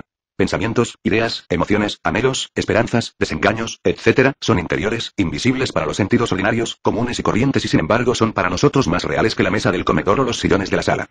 Ciertamente nosotros vivimos más en nuestro mundo interior que en el exterior. Esto es irrefutable, irrebatible. En nuestros mundos internos, en nuestro mundo secreto, amamos, deseamos, sospechamos, bendecimos, maldecimos, anhelamos, sufrimos, gozamos, somos defraudados, premiados, etcétera, etcétera, etcétera. Incuestionablemente los dos mundos interno y externo son verificables experimentalmente. El mundo exterior es lo observable. El mundo interior es lo autoobservable en sí mismo y dentro de sí mismo, aquí y ahora. Quien de verdad quiera conocer los mundos internos del planeta Tierra o del sistema solar o de la galaxia en que vivimos, debe conocer previamente su mundo íntimo, su vida interior, particular, sus propios mundos internos. Hombre, conócete a ti mismo y conocerás al universo y a los dioses. Cuanto más se explore este mundo interior llamado uno mismo, tanto más comprenderá que vive simultáneamente en dos mundos, en dos realidades, en dos ámbitos, el exterior y el interior. Del mismo modo que a uno le es indispensable aprender a caminar en el mundo exterior, para no caer en un precipicio, no extraviarse en las calles de la ciudad, seleccionar sus amistades, no asociarse con perversos, no comer veneno, etc., así también mediante el trabajo psicológico sobre sí mismo, aprendamos a caminar en el mundo interior el cual es explorable mediante la autoobservación de sí. Realmente el sentido de autoobservación de sí mismo se encuentra atrofiado en la raza humana decadente a esta época tenebrosa en que vivimos. A medida que nosotros perseveramos en la autoobservación de sí mismos, el sentido de autoobservación íntima se irá desarrollando progresivamente. Capítulo 21. Observación de sí mismo. La autoobservación íntima de sí mismo es un medio práctico para lograr una transformación radical. Conocer y observar son diferentes. Muchos confunden la observación de sí con el conocer. Se conoce que estamos sentados en una silla en una sala, mas esto no significa que estemos observando la silla. Conocemos que en un instante dado nos encontramos en un estado negativo, tal vez con algún problema o preocupados por este o aquel asunto o en estado de desasosiego o incertidumbre, etc., pero esto no significa que lo estemos observando. ¿Siente usted antipatía por alguien? ¿Le cae mal cierta persona? ¿Por qué? Usted dirá que conoce a esa persona, por favor. Obsérvela, conocer nunca es observar. No confunda el conocer con el observar, la observación de sí que es un 100% activa, es un medio de cambio de sí, mientras el conocer, que es pasivo, no lo es. Ciertamente conocer no es un acto de atención. La atención dirigida hacia dentro de uno mismo, hacia lo que está sucediendo en nuestro interior, si es algo positivo, activo, en el caso de una persona a quien se tiene antipatía así porque sí, porque nos viene en gana y muchas veces sin motivo alguno, uno advierte la multitud de pensamientos que se acumulan en la mente, el grupo de voces que hablan y gritan desordenadamente dentro de uno mismo, lo que están diciendo, las emociones desagradables que surgen en nuestro interior, el sabor desagradable que todo es que deja en nuestra psiquis, etcétera, etcétera, etcétera. Obviamente en tal estado nos damos cuenta también de que interiormente estamos tratando muy mal a la persona a quien tenemos antipatía. Mas para ver todo esto se necesita incuestionablemente de una atención dirigida intencionalmente hacia adentro de sí mismo, no de una atención pasiva. La atención dinámica proviene realmente del lado observante, mientras los pensamientos y las emociones pertenecen al lado observado. Todo esto nos hace comprender que el conocer es algo completamente pasivo y mecánico, en contraste evidente con la observación de sí que es un acto consciente. No queremos con esto decir que no exista la observación mecánica de sí, más tal tipo de observación nada tiene que ver con la autoobservación psicológica a que nos estamos refiriendo. Pensar y observar resultan también muy diferentes. Cualquier sujeto puede darse el lujo de pensar sobre sí mismo todo lo que quiera, pero esto no quiere decir que se esté observando realmente. Necesitamos ver a los distintos yoes en acción, descubrirlos en nuestra psiquis, comprender que dentro de cada uno de ellos existe un porcentaje de nuestra propia conciencia, arrepentirnos de haberlos creado, etc. Entonces exclamaremos: ¿pero qué está haciendo este yo? ¿Qué está diciendo? ¿Qué es lo que quiere? ¿Por qué me atormenta con su lujuria? ¿Con su ira? etcétera, etcétera, etcétera. Entonces veremos dentro de sí mismos todo ese tren de pensamientos, emociones, deseos, pasiones, comedias privadas, tramas personales, elaboradas mentiras, discursos, excusas, morbosidades, lechos de placer, cuadros de lascivia, etcétera, etcétera, etcétera. Muchas veces antes de dormirnos en el preciso instante de transición entre vigilia y sueño sentimos dentro de nuestra propia mente distintas voces que hablan entre sí, son los distintos yoes que deben romper en tales momentos toda conexión con los distintos centros de nuestra máquina orgánica a fin de sumergirse luego en el mundo molecular, en la quinta dimensión.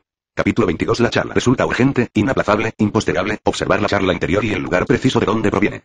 Incuestionablemente la charla interior equivocada es la causa causarum de muchos estados psíquicos inarmónicos y desagradables en el presente y también en el futuro. Obviamente esa vana palabrería insustancial de charla ambigua y en general toda plática perjudicial, dañina, absurda, manifiesta en el mundo exterior, tiene su origen en la conversación interior equivocada. Se sabe que existe en la gnosis la práctica esotérica del silencio interior. Esto lo conocen nuestros discípulos de tercera cámara. No está de más decir con entera claridad que el silencio interior debe referirse específicamente a algo muy preciso y definido. Cuando el proceso del pensar se agota intencionalmente durante la meditación interior profunda, se logra el silencio interior. Mas no es esto lo que queremos explicar en el presente capítulo. Vaciar la mente o ponerla en blanco para lograr realmente el silencio interior, tampoco es lo que intentamos explicar ahora en estos párrafos. Practicar el silencio interior a que nos estamos refiriendo, tampoco significa impedir que algo penetre en la mente. Realmente estamos hablando ahora mismo de un tipo de silencio interior muy diferente. No se trata de algo vago general, queremos practicar el silencio interior en relación con algo que ya esté en la mente, persona, suceso, asunto propio o ajeno, lo que nos contaron, lo que hizo fulano, etcétera, pero sin tocarlo con la lengua interior, sin discurso íntimo, aprender a callar no solamente con la lengua exterior, sino también, además, con la lengua secreta, interna, resulta extraordinario, maravilloso. Muchos callan exteriormente, mas con su lengua interior desollan vivo al prójimo. La charla interior venenosa y malévola, produce confusión interior. Si se observa la charla interior equivocada se verá que está hecha de verdades a medias, o de verdades que se relacionan entre sí de un modo más o menos incorrecto, o algo que se agregó o se omitió. Desgraciadamente nuestra vida emocional se fundamenta exclusivamente en la autosimpatía. Para colmo de tanta infamia solo simpatizamos con nosotros mismos, con nuestro tan querido ego, y sentimos antipatía y hasta odio con aquellos que no simpatizan con nosotros. Nos queremos demasiado a sí mismos, somos narcisistas en un 100%, esto es irrefutable, irrebatible. En tanto continuemos embotellados en la autosimpatía, cualquier desarrollo del ser, se hace algo más que imposible. Necesitamos aprender a ver el punto de vista ajeno. Es urgente saber ponernos en la posición de los otros. Así que, todas las cosas que queráis que los hombres hagan con vosotros, así también haced vosotros con ellos. Mateo. Y 12. Lo que verdaderamente cuenta en estos estudios es la manera como los hombres se comportan interna e invisiblemente los unos con los otros. Desafortunadamente y aunque seamos muy corteses, hasta sinceros a veces, no hay duda de que invisible e internamente nos tratamos muy mal los unos a los otros. Gentes aparentemente muy bondadosas, arrastran diariamente a sus semejantes hacia la cueva secreta de sí mismos, para hacer con estos, todo lo que se les antoje. Vejaciones, burla, escarnio, etc. Capítulo 23. El mundo de relaciones. El mundo de relaciones tiene tres aspectos muy diferentes que en forma precisa necesitamos aclarar. Primero, estamos relacionados con el cuerpo planetario. Es decir, con el cuerpo físico. Segundo, vivimos en el planeta Tierra y por secuencia lógica estamos relacionados con el mundo exterior y con las cuestiones que atañen a nosotros, familiares, negocios, dineros, cuestiones del oficio, profesión, política, etcétera, etcétera, etcétera. Tercero, la relación del hombre consigo mismo. Para la mayoría de las gentes este tipo de relación no tiene la menor importancia. Desafortunadamente a las gentes solo les interesan los dos primeros tipos de relaciones, mirando con la más absoluta indiferencia al tercer tipo. Alimento, salud, dinero, negocios, constituyen realmente las principales preocupaciones del animal intelectual equivocadamente llamado hombre. Ahora bien, resulta evidente que tanto el cuerpo físico como los asuntos del mundo son exteriores a nosotros mismos. El cuerpo planetario, cuerpo físico, a veces se encuentra enfermo, a veces sano y así sucesivamente. Creemos siempre tener algún conocimiento de nuestro cuerpo físico, mas en realidad ni los mejores científicos del mundo saben mucho sobre el cuerpo de carne y hueso. No hay duda de que el cuerpo físico, dada su tremenda y complicada organización, está ciertamente mucho más allá de nuestra comprensión. En lo que respecta al segundo tipo de relaciones, somos siempre víctimas de las circunstancias. Es lamentable que todavía no hayamos aprendido a originar conscientemente las circunstancias. Son muchas las gentes incapaces de adaptarse a nada o a nadie o tener éxito verdadero en la vida. Al pensar en sí mismos desde el ángulo del trabajo esotérico gnóstico, se hace urgente averiguar con cuál de estos tres tipos de relaciones estamos en falta. Puede suceder el caso concreto de que estemos equivocadamente relacionados con el cuerpo físico y a consecuencia de ello estemos enfermos. Puede suceder que estemos mal relacionados con el mundo exterior y como resultado tengamos conflictos, problemas económicos y sociales, etcétera, etcétera, etcétera. Puede que estemos mal relacionados consigo mismos y que secuencialmente suframos mucho por falta de iluminación interior. Obviamente si la lámpara de nuestra recámara no se encuentra conectada a la instalación eléctrica, nuestro aposento estará en tinieblas. Quienes sufren por falta de iluminación interior, deben conectar su mente con los centros superiores de su ser. Incuestionablemente necesitamos establecer correctas relaciones no solo con nuestro cuerpo planetario, cuerpo físico, y con el mundo exterior, sino también con cada una de las partes de nuestro propio ser. Los enfermos pesimistas cansados de tantos médicos y medicinas, ya no desean curarse y los pacientes optimistas luchan por vivir. En el casino de Monte Carlo muchos millonarios que perdieron su fortuna en el juego, se suicidaron. Millones de madres pobres trabajan para sostener a sus hijos. Son incontables los aspirantes deprimidos que por falta de poderes psíquicos y de iluminación íntima, han renunciado al trabajo esotérico sobre sí mismos. Pocos son los que saben aprovechar las adversidades. En tiempos de rigurosa tentación, abatimiento y desolación, uno debe apelar a la íntima recordación de sí mismo. En el fondo de cada uno de nos está la Tonantzin azteca, la estrella Maris, la Isis egipcia, Dios Madre, aguardándonos para sanar nuestro adolorido corazón. Cuando uno mismo se da el choque del recuerdo de sí, se produce realmente un cambio milagroso en todo el trabajo del cuerpo, de modo que las células reciben un alimento diferente. Capítulo 24. La canción psicológica. Ha llegado el momento de reflexionar muy seriamente sobre eso que se llama consideración íntima. No cabe la menor duda sobre el aspecto desastroso de la autoconsideración íntima. Esta, además de hipnotizar la conciencia, nos hace perder muchísima energía. Si uno no cometiera el error de identificarse tanto consigo mismo, la autoconsideración interior sería algo más que imposible. Cuando uno se identifica consigo mismo, se quiere demasiado, siente piedad por sí mismo, se autoconsidera, piensa que siempre se ha portado muy bien con fulano, con zutano, con la mujer, con los hijos, etc., y que nadie lo ha sabido apreciar, etc. Total es un santo y todos los demás unos malvados, unos bribones. Una de las formas más corrientes de autoconsideración íntima es la preocupación por lo que otros puedan pensar sobre uno mismo. Tal vez supongan que no somos honrados, sinceros, verídicos, valientes, etc. Lo más curioso de todo esto es que ignoramos lamentablemente la enorme pérdida de energía que esta clase de preocupaciones nos trae.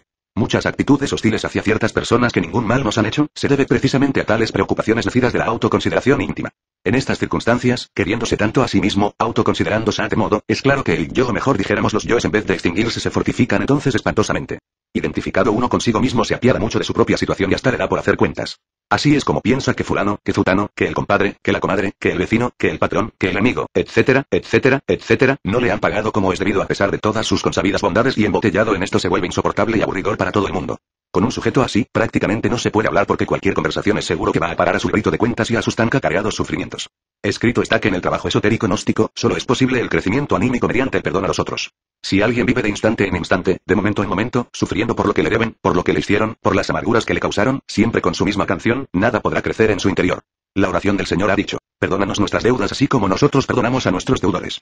El sentimiento de que a uno le deben, el dolor por los males que otros le causaron, etc., detiene todo progreso interior del alma. Jesús el gran Kabir dijo: ponte de acuerdo con tu adversario pronto, en tanto estás con él en el camino, no sea que el adversario te entregue al juez, y el juez al alguacil, y seas echado en la cárcel. De cierto os digo que no saldrás de allí, hasta que pagues el último cuadrante. Mateo, 25:26. Si nos deben, debemos. Si exigimos que se nos pague hasta el último denario, debemos pagar antes hasta el último cuadrante.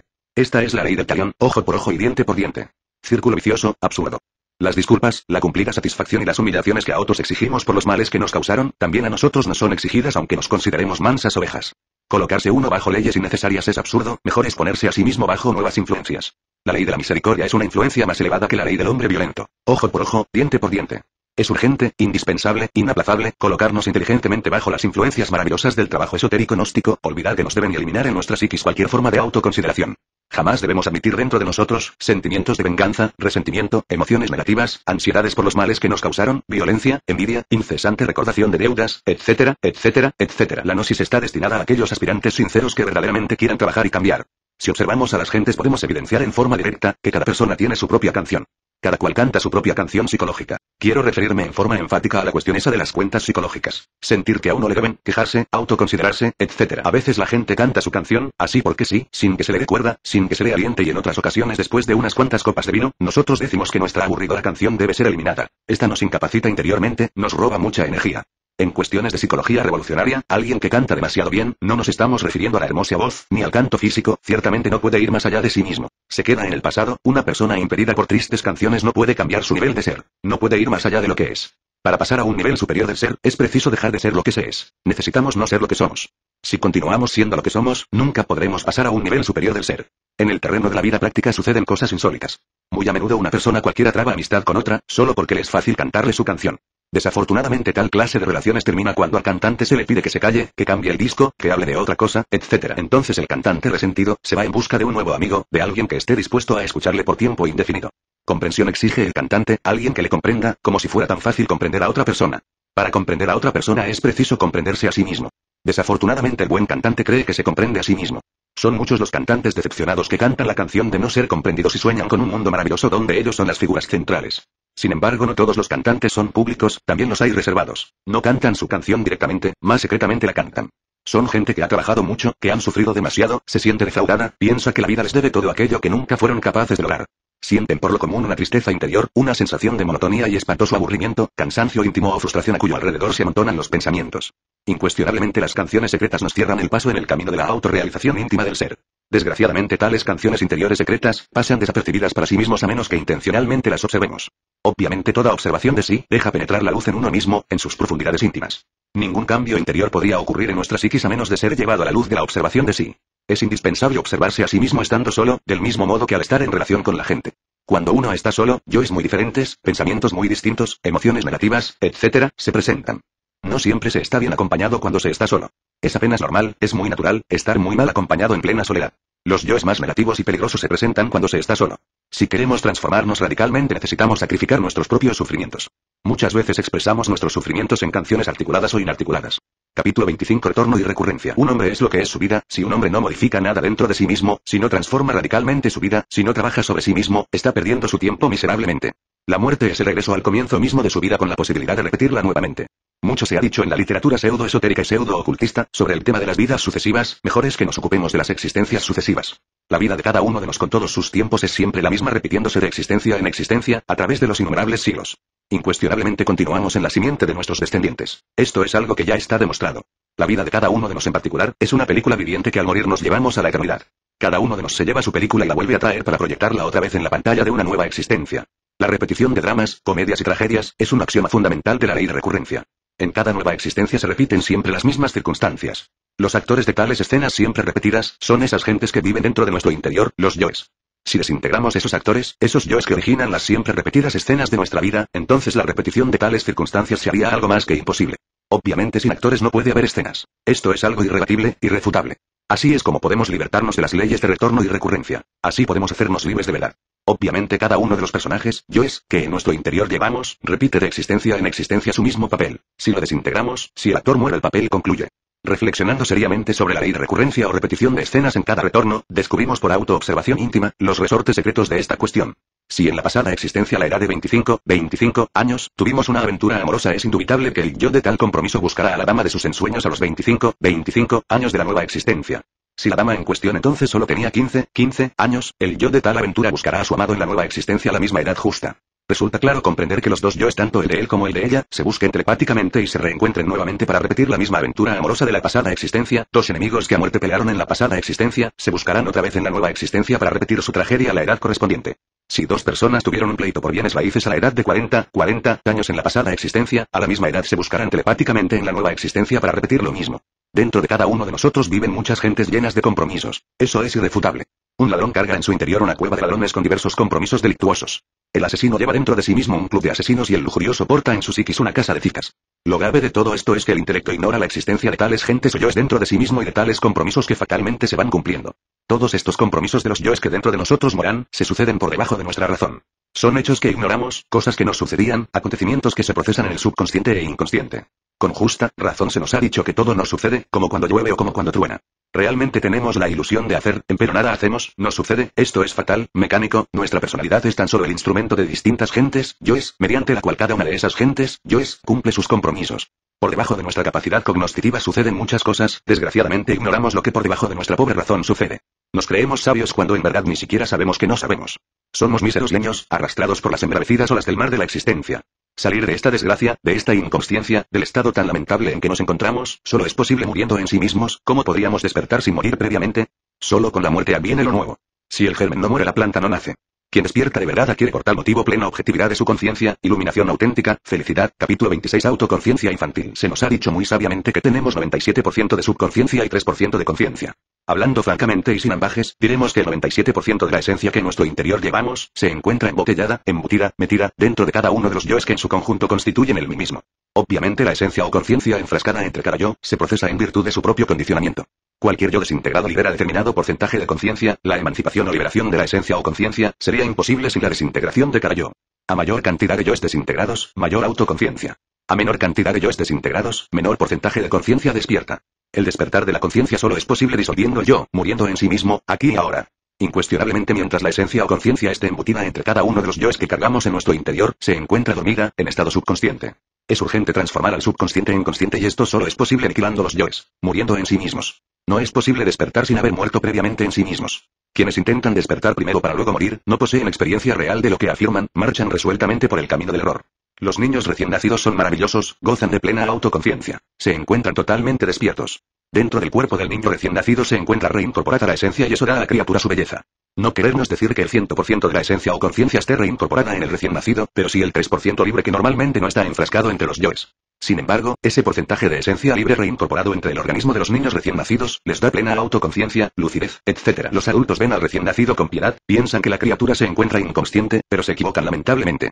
El recién nacido ve al adulto tal como en realidad es. Inconsciente, cruel, perverso, etc. Los yoes del recién nacido van y vienen, dan vueltas alrededor de la cuna, quisieran meterse entre el nuevo cuerpo, pero debido a que el recién nacido aún no ha fabricado la personalidad, todo intento de los yoes para entrar en el nuevo cuerpo, resulta algo más que imposible. A veces las criaturas se espantan al ver a esos fantasmas o yoes que se acercan a su cuna y entonces gritan, lloran, pero los adultos no entienden esto y suponen que el niño está enfermo o que tiene hambre o sed. Tal es la inconsciencia de los adultos. A medida que la nueva personalidad se va formando, los yoes que vienen de existencias anteriores, van penetrando poco a poco en el nuevo cuerpo. Cuando ya la totalidad de los yoes se ha reincorporado, aparecemos en el mundo con esa horrible fealdad interior que nos caracteriza. Entonces, andamos como sonámbulos por todas partes. Siempre inconscientes, siempre perversos. Cuando morimos, 3 cosas van al sepulcro. 1. El cuerpo físico. 2. El fondo vital orgánico. 3. La personalidad. El fondo vital, cual fantasma, se va desintegrando poco a poco, frente a la fosa sepulcral a medida que el cuerpo físico se va también desintegrando. La personalidad es subconsciente o infraconsciente, entra y sale del sepulcro cada vez que quiere, se alegra cuando los dolientes le llevan flores, ama a sus familiares y se va disolviendo muy lentamente hasta convertirse en polvareda cósmica. Eso que continúa más allá del sepulcro es el ego, el yo pluralizado, el mí mismo, un montón de diablos dentro de los cuales se encuentra enfrascada la esencia, la conciencia, que a su tiempo y a su hora retorna, se reincorpora. Resulta lamentable que al fabricarse la nueva personalidad del niño, se reincorporen también los yoes. Capítulo 27. El publicano y el fariseo. Reflexionando un poco sobre las diversas circunstancias de la vida, bien vale la pena comprender seriamente las bases sobre las cuales descansamos. Una persona descansa sobre su posición, otra sobre el dinero, aquella sobre el prestigio, esa otra sobre su pasado, esta otra sobre tal o cual título, etcétera, etcétera, etcétera. Lo más curioso es que todos, ya sea rico o mendicante, necesitamos de todos y vivimos de todos, aunque estemos inflados de orgullo y vanidad. Pensemos por un momento en lo que puedan quitarnos. ¿Cuál sería nuestra suerte en una revolución de sangre y aguardiente? ¿En qué quedarían las bases sobre las cuales descansamos? Ay de nosotros, nos creemos muy fuertes y somos espantosamente débiles. El yo que siente en sí mismo la base sobre la que descansamos, debe ser disuelto si es que en realidad anhelamos la auténtica bienaventuranza. Tal yo subestima a las gentes, se siente mejor que todo el mundo, más perfecto en todo, más rico, más inteligente, más experto en la vida, etc. Resulta muy oportuno citar ahora aquella parábola de Jesús el Gran Kabir, acerca de los 2 hombres que oraban. Fue dicha a unos que confiaban en sí mismos como justos, y menospreciaban a los otros. Jesús el Cristo, dijo, 2 hombres subieron al templo a orar, uno era fariseo y el otro publicano. El fariseo, puesto en pie, oraba consigo mismo de esta manera: Dios, te doy gracias porque no soy como los demás hombres, ladrones, injustos, adúlteros, ni aun como este publicano. Ayuno 2 veces a la semana, doy diezmo de todo lo que gano. Mas el publicano, estando lejos, no quería ni alzar los ojos al cielo, sino que se golpeaba el pecho diciendo: Dios, sé propicio a mí, pecador. Os digo que este descendió a su casa justificado antes que el otro, porque cualquiera que se enaltece será humillado, y el que se humilla será enaltecido.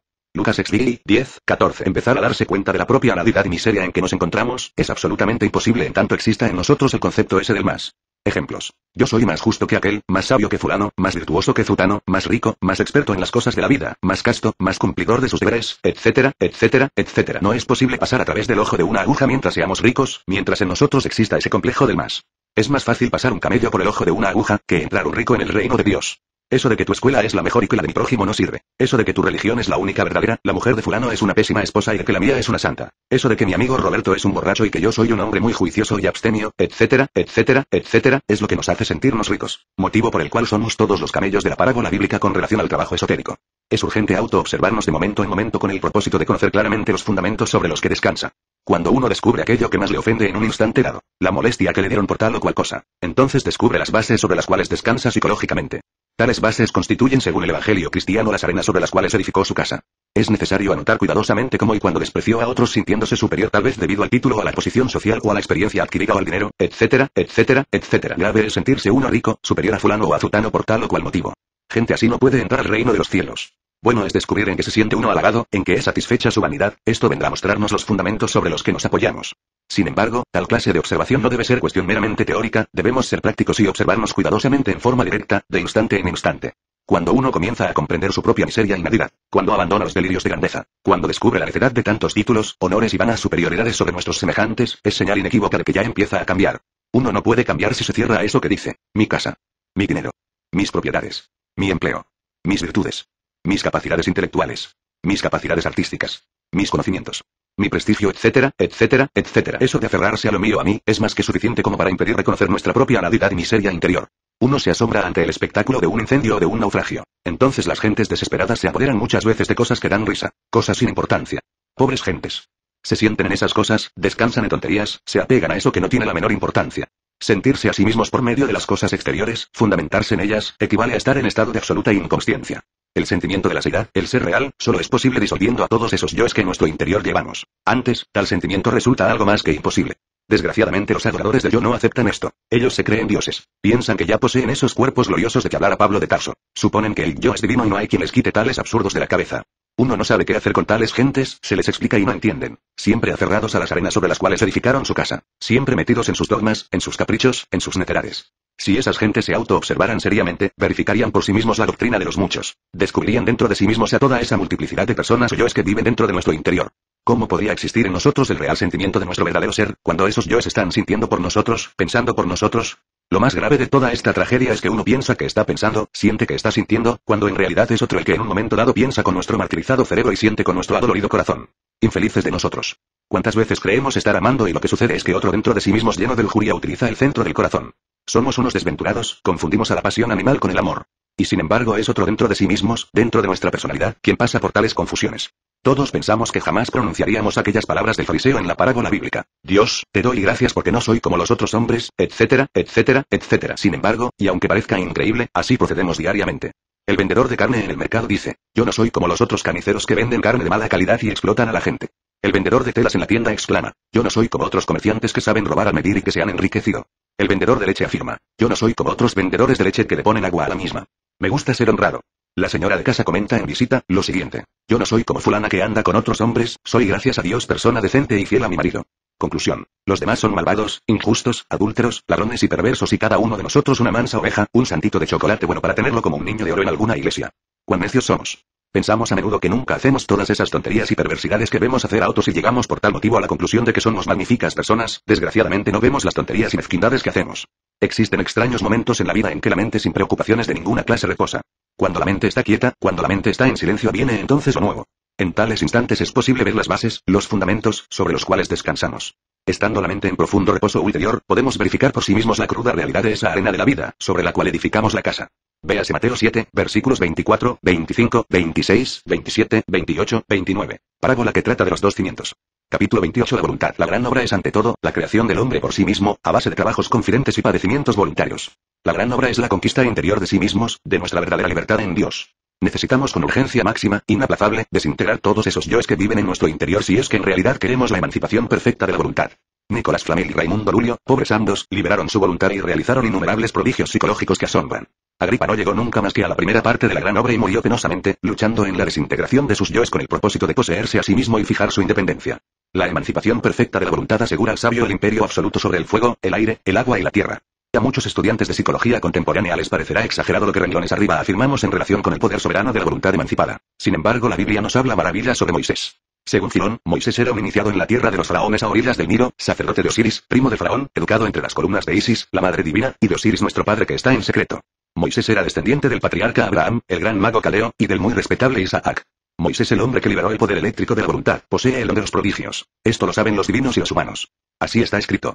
Todo lo que las sagradas escrituras dicen sobre ese caudillo hebreo, es ciertamente extraordinario, portentoso. Moisés transforma su bastón en serpiente, transforma una de sus manos en mano de leproso, luego le devuelve la vida. La prueba aquella del zarzal ardiente ha puesto en claro su poder, la gente comprende, se arrodilla y se prosterna. Moisés utiliza una vara mágica, emblema del poder real, del poder sacerdotal del iniciado en los grandes misterios de la vida y de la muerte.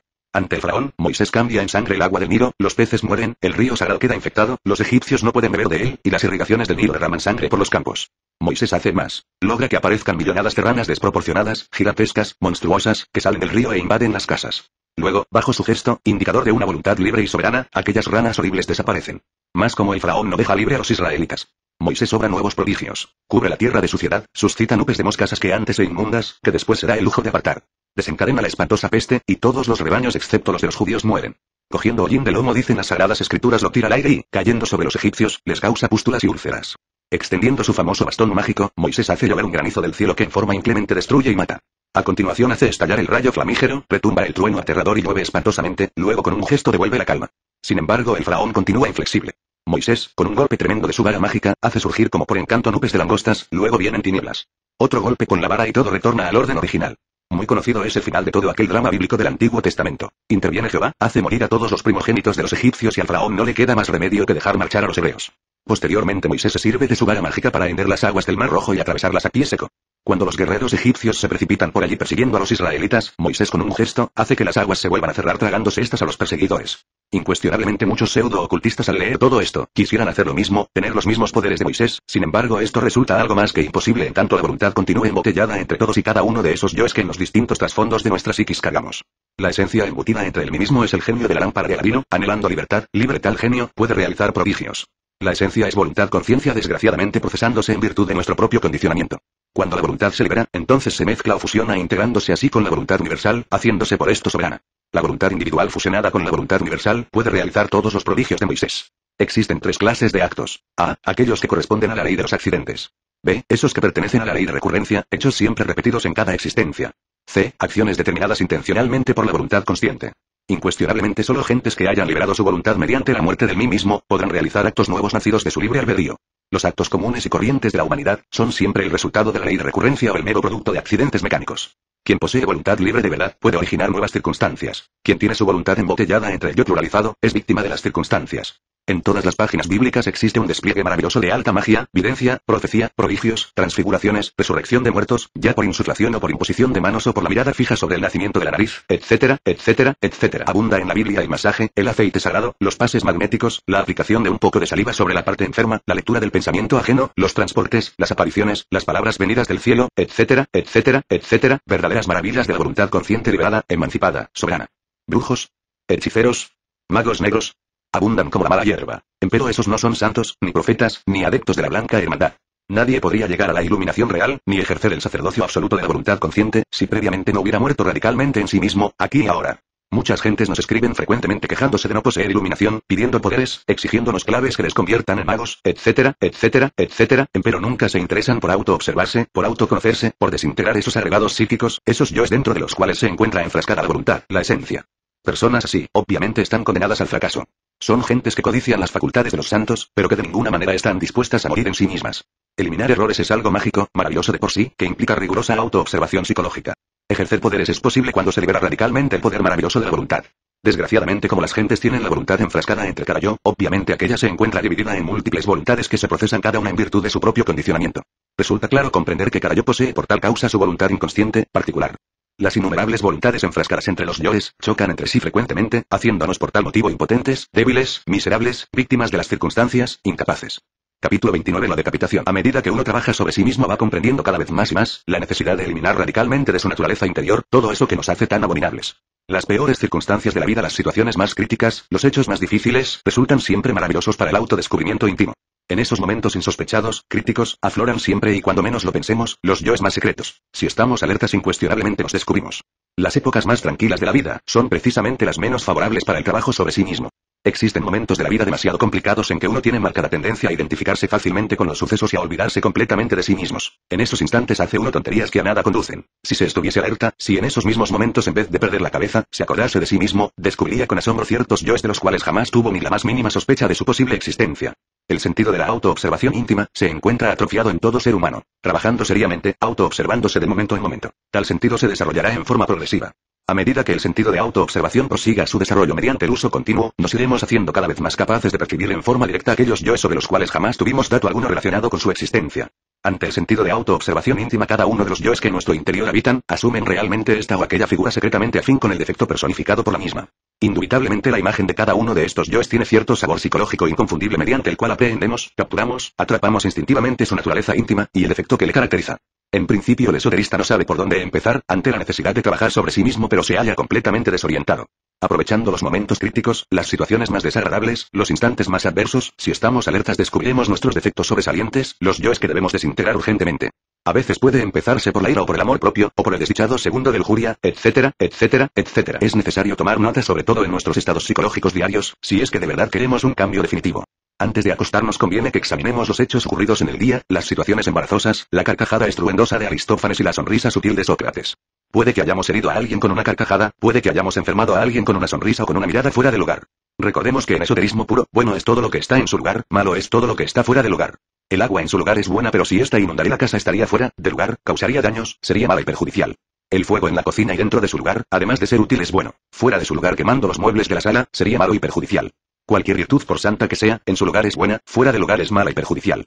Con las virtudes podemos dañar a otros. Es indispensable colocar las virtudes en su lugar correspondiente. ¿Qué diríais de un sacerdote que estuviese predicando la palabra del Señor dentro de un prostíbulo? ¿Qué diríais de un varón manso y tolerante que estuviese bendiciendo a una cuadrilla de asaltantes que intentasen violarle la mujer y las hijas? ¿Qué diríais de esa clase de tolerancia llevada al exceso? ¿Qué pensaríais sobre la actitud caritativa de un hombre que en vez de llevar comida a casa, repartiese el dinero entre mendicantes del vicio? ¿Qué opinaríais sobre el hombre servicial que en un instante dado prestase un puñal a un asesino? Recordad, querido lector, que entre las carencias del verso también se esconde el delito. Hay mucha virtud en los malvados y hay mucha maldad en los virtuosos. Aunque parezca increíble, dentro del mismo perfume de la plegaria también se esconde el delito. El delito se disfraza de santo, usa las mejores virtudes, se presenta como mártir y hasta oficia en los templos sagrados. A medida que el sentido de la autoobservación íntima se desarrolla en nosotros mediante el uso continuo, podremos ir viendo todos esos yoes que sirven de fundamento básico a nuestro temperamento individual, ya sea este último, sanguíneo o nervioso, flemático o bilioso. Aunque usted no lo crea, querido lector, detrás del temperamento que poseemos se esconde entre las más remotas profundidades de nuestra psiquis, las creaciones diabólicas más execrables. Ver tales creaciones, observar esas monstruosidades del infierno dentro de las cuales se halla embotellada nuestra mismísima conciencia, se hace posible con el desarrollo siempre progresivo del sentido de autoobservación íntima. En tanto un hombre no haya disuelto estas creaciones del infierno, estas aberraciones de sí mismo, indubitablemente en lo más hondo, en lo más profundo, continuará siendo algo que no debiera existir, una deformidad, una abominación. Lo más grave de todo esto es que el abominable no se da cuenta de su propia abominación, se cree bello, justo, buena persona, y hasta se queja de la incomprensión de los demás, lamenta la ingratitud de sus semejantes, dice que no le entienden, llora afirmando que le deben, que le han pagado con moneda negra, etcétera, etcétera, etcétera. El sentido de la autoobservación íntima nos permite verificar por sí mismos y en forma directa el trabajo secreto mediante el cual en tiempo dado estamos disolviendo tal o cual yo, tal o cual defecto psicológico, posiblemente descubierto en condiciones difíciles y cuando menos lo sospechábamos. ¿Habéis pensado tú alguna vez en la vida sobre lo que más os agrada o desagrada? ¿Tú, habéis reflexionado sobre los resortes secretos de la acción? ¿Por qué queréis tener una bella casa? ¿Por qué deseáis tener un coche último modelo? ¿Por qué queréis estar siempre a la última moda? ¿Por qué codiciáis no ser codicioso? ¿Qué es lo que más te ofendió en un momento dado? ¿Qué es lo que más os halagó ayer? ¿Por qué os sentisteis superior a fulano o a fulana de tal, en determinado instante? ¿A qué hora te sentisteis superior a alguien? ¿Por qué te engreísteis al relatar tus triunfos? ¿No pudisteis callar cuando murmuraban de otra persona conocida? ¿Recibisteis la copa de licor por cortesía? ¿Aceptaste fumar tal vez no teniendo el vicio, posiblemente por el concepto de educación o de hombría? ¿Estás tú seguro de haber sido sincero en aquella conversación?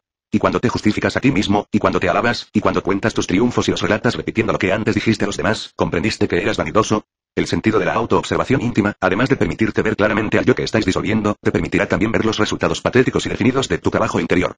En principio, estas creaciones del infierno, estas aberraciones psíquicas que desgraciadamente te caracterizan, son más feas y monstruosas que las bestias más horrendas que existen en el fondo de los mares o en las selvas más profundas de la tierra. Conforme avancéis en vuestro trabajo podéis evidenciar mediante el sentido de autoobservación interior el hecho sobresaliente de que aquellas abominaciones van perdiendo volumen, se van empequeñeciendo. Resulta interesante saber que tales bestialidades conforme decrecen en tamaño, conforme pierden volumen y se empequeñecen, ganan en belleza, asumen lentamente la figura infantil. Por último se desintegran, se convierten en polvareda cósmica, entonces la esencia enfrascada, se libera, se emancipa, despierta.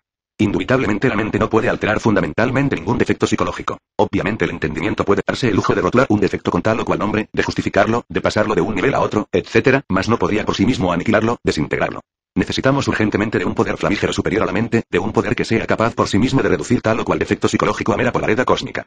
Afortunadamente existe en nosotros ese poder serpentino, ese fuego maravilloso que los viejos alquimistas medievales bautizaron con el nombre misterioso de Stella Maris, la Virgen del Mar, el Azoe de la ciencia de Hermes, la Tonantzin del México azteca, esa derivación de nuestro propio ser íntimo, Dios Madre en nuestro interior simbolizado siempre con la serpiente sagrada de los grandes misterios. Si después de haber observado y comprendido profundamente tal o cual defecto psicológico, tal o cual yo, suplicamos a nuestra Madre Cósmica particular, pues cada uno de nos tiene la suya propia, desintegre, reduzca a polvareda cósmica, este o aquel defecto, aquel yo, motivo de nuestro trabajo interior, podéis estar seguro de que el mismo perderá volumen y lentamente se irá pulverizando. Todo esto implica naturalmente sucesivos trabajos de fondo, siempre continuos, pues ningún yo puede ser desintegrado jamás instantáneamente. El sentido de autoobservación íntima podrá ver el avance progresivo del trabajo relacionado con la abominación que nos interese verdaderamente desintegrar. Stella Maris, aunque parezca increíble, es la asignatura astral de la potencia sexual humana. Obviamente Stella Maris tiene el poder efectivo para desintegrar las aberraciones que en nuestro interior psicológico cargamos. La decapitación de Juan Bautista es algo que nos invita a la reflexión, no sería posible ningún cambio psicológico radical si antes no pasáramos por la decapitación. Nuestro propio ser derivado, Tonantzin, Stella Maris como potencia eléctrica desconocida para la humanidad entera y que se halla latente en el fondo mismo de nuestra psiquis, ostensiblemente goza del poder que le permite decapitar a cualquier yo antes de la desintegración final. Stella Maris es ese fuego filosofal que se encuentra latente en toda materia orgánica e inorgánica. Los impulsos psicológicos pueden provocar la acción intensiva de tal fuego y entonces la decapitación se hace posible. Algunos yoes suelen ser decapitados al comienzo del trabajo psicológico, otros en el medio y los últimos al final. Stella Maris como potencia ígnea sexual tiene conciencia plena del trabajo a realizar y realiza la decapitación en el momento oportuno, en el instante adecuado. En tanto no se haya producido la desintegración de todas estas abominaciones psicológicas, de todas estas lascivias, de todas estas maldiciones, robo, envidia, adulterio secreto o manifiesto, ambición de dinero o de poderes psíquicos, etc., aun cuando nos creamos personas honorables, cumplidoras de la palabra, sinceras, corteses, caritativas, hermosas en el interior, etc., obviamente no pasaremos de ser más que sepulcros blanqueados, hermosos por fuera más por dentro llenos de asqueante podredumbre. La erudición libresca, la pseudosapiencia, la información completa sobre las sagradas escrituras, ya sean estas de Oriente o de Occidente, del Norte o del Sur, el pseudo-ocultismo, el pseudo-esoterismo, la absoluta seguridad de estar bien documentados, el sectarismo intransigente con pleno convencimiento, etc., de nada sirve porque en realidad solo existe en el fondo eso que ignoramos, creaciones del infierno, maldiciones, monstruosidades que se esconden tras la cara bonita, tras el rostro venerable, bajo el ropaje santísimo del líder sagrado, etc. Tenemos que ser sinceros consigo mismo, preguntamos qué es lo que queremos, si hemos venido a la enseñanza gnóstica por mera curiosidad, si de verdad no es pasar por la decapitación lo que estamos deseando, entonces nos estamos engañando a sí mismos, estamos defendiendo nuestra propia podredumbre, estamos procediendo hipócritamente. En las escuelas más venerables de la sapiencia esotérica y del ocultismo existen muchos equivocados sinceros que de verdad quieren autorrealizarse pero que no están dedicados a la desintegración de sus abominaciones interiores. Son muchas las gentes que suponen que mediante las buenas intenciones es posible llegar a la santificación. Obviamente en tanto no se trabaje con intensidad sobre esos yoes que en nuestro interior cargamos, ellos continuarán existiendo bajo el fondo de la mirada piadosa y de la buena conducta. Ha llegado la hora de saber que somos unos malvados disfrazados con la túnica de la santidad, ovejas con piel de lobo, caníbales vestidos con traje de caballero, verdugos escondidos tras del signo sagrado de la cruz, etc. Por muy majestuosos que aparezcamos dentro de nuestros templos, o dentro de nuestras aulas de luz y de armonía, por muy serenos y dulces que nos vean nuestros semejantes, por muy reverendos y humildes que parezcamos, en el fondo de nuestra psiquis continúan existiendo todas las abominaciones del infierno y todas las monstruosidades de las guerras. En psicología revolucionaria se nos hace evidente la necesidad de una transformación radical y esta solo es posible declarándonos a sí mismos una guerra a muerte, despiadada y cruel. Ciertamente nosotros todos no valemos nada, somos cada uno de nosotros la desgracia de la tierra, lo execrable. Afortunadamente Juan Bautista nos enseñó el camino secreto, morir en sí mismos mediante la decapitación psicológica. Capítulo 30. El centro de gravedad permanente. No existiendo una verdadera individualidad, resulta imposible que haya continuidad de propósitos. Si no existe el individuo psicológico, si en cada uno de nosotros viven muchas personas, si no hay sujeto responsable, sería absurdo exigirle a alguien continuidad de propósitos. Bien sabemos que dentro de una persona viven muchas personas, entonces el sentido pleno de la responsabilidad no existe realmente en nosotros. Lo que un yo determinado afirma en un instante dado, no puede revestir ninguna seriedad debido al hecho concreto de que cualquier otro yo puede afirmar exactamente lo contrario en cualquier otro momento. Lo grave de todo esto es que muchas gentes creen poseer el sentido de responsabilidad moral y se autoengañan afirmando ser siempre las mismas. Personas hay que en cualquier instante de su existencia vienen a los estudios gnósticos, resplandecen con la fuerza del anhelo, se entusiasman con el trabajo esotérico y hasta juran consagrar la totalidad de su existencia a estas cuestiones. Incuestionablemente todos los hermanos de nuestro movimiento llegan hasta admirar a un entusiasta así. Uno no puede menos que sentir gran alegría al escuchar personas de esta clase, tan devotas y definitivamente sinceras. Sin embargo, el idilio no dura mucho tiempo, cualquier día debido a tal o cual motivo justo o injusto, sencillo o complicado, la persona se retira de la gnosis, entonces abandona el trabajo y para enderezar el entuerto, o tratando de justificarse a sí misma, se afilia a cualquier otra organización mística y piensa que ahora va mejor. Todo este ir y venir, todo este cambiar incesante de escuelas, sectas, religiones, se debe a la multiplicidad de yoes que en nuestro interior luchan entre sí por su propia supremacía. Como quiera que cada yo posee su propio criterio, su propia mente, sus propias ideas, es apenas normal este cambio de pareceres, este mariposear constante de organización, de ideal en ideal, etc. El sujeto en sí, no es más que una máquina que tan pronto sirve de vehículo a un yo, como a otro. Algunos yoes místicos se autoengañan, después de abandonar tal o cual secta resuelven creerse dioses, brillan como luces fatuas y por último desaparecen. Personas hay que por un momento se asoman al trabajo esotérico y luego en el instante en que otro yo interviene, abandonan definitivamente estos estudios y se dejan tragar por la vida. Obviamente si uno no lucha contra la vida, ésta se lo devora y son raros los aspirantes que de verdad no se dejan tragar por la vida. Existiendo dentro de nosotros toda una multiplicidad de yoes, el centro de gravedad permanente no puede existir. Es apenas normal que no todos los sujetos se autorrealicen íntimamente. Bien sabemos que la autorrealización íntima del ser exige continuidad de propósitos y como quiera que es muy difícil encontrar a alguien que tenga un centro de gravedad permanente, entonces no es extraño que sea muy rara la persona que llegue a la autorrealización interior profunda. Lo normal es que alguien se entusiasme por el trabajo esotérico y que luego lo abandone. Lo extraño es que alguien no abandone el trabajo y llegue a la meta. Ciertamente y en nombre de la verdad, afirmamos que el Sol está haciendo un experimento de laboratorio muy complicado y terriblemente difícil. Dentro del animal intelectual equivocadamente llamado hombre, existen gérmenes que convenientemente desarrollados pueden convertirse en hombres solares. Sin embargo, no está de más aclarar que no es seguro que esos gérmenes se desarrollen, lo normal es que se degeneren y pierdan lamentablemente. En todo caso, los citados gérmenes que han de convertirnos en hombres solares necesitan de un ambiente adecuado, pues bien sabido es que la semilla, en un medio estéril no germina, se pierde. Para que la semilla real del hombre depositada en nuestras glándulas sexuales pueda germinar se necesita continuidad de propósitos y cuerpo físico normal. Si los científicos continúan haciendo ensayos con las glándulas de secreción interna, cualquier posibilidad de desarrollo de los mencionados gérmenes podrá perderse. Aunque parezca increíble, las hormigas pasaron ya por un proceso similar, en un remoto pasado arcaico de nuestro planeta Tierra. Uno se llena de asombro al contemplar la perfección de un palacio de hormigas. No hay duda de que el orden establecido en cualquier hormiguero es formidable. Aquellos iniciados que han despertado conciencia saben por experiencia mística directa, que las hormigas en tiempos que ni remotamente sospechan los historiadores más grandes del mundo, fueron una raza humana que creó una poderosísima civilización socialista. Entonces eliminaron los dictadores de aquella familia, las diversas sectas religiosas y el libre albedrío, pues todo ello les restaba poder y ellos necesitaban ser totalitarios en el sentido más completo de la palabra. En estas condiciones, eliminada la iniciativa individual y el derecho religioso, el animal intelectual se precipitó por el camino de la involución y degeneración. A todo lo antes dicho se añadieron los experimentos científicos, trasplantes de órganos, glándulas, ensayos con hormonas, etcétera, etcétera, etcétera, cuyo resultado fue el empequeñecimiento gradual y la alteración morfológica de aquellos organismos humanos hasta convertirse por último en las hormigas que conocemos. Toda aquella civilización, todos esos movimientos relacionados con el orden social establecido se volvieron mecánicos y se heredaron de padres a hijos. Hoy uno se llena de asombro al ver un hormiguero, mas no podemos menos que lamentar su falta de inteligencia. Si no trabajamos sobre sí mismos, involucionamos y degeneramos espantosamente.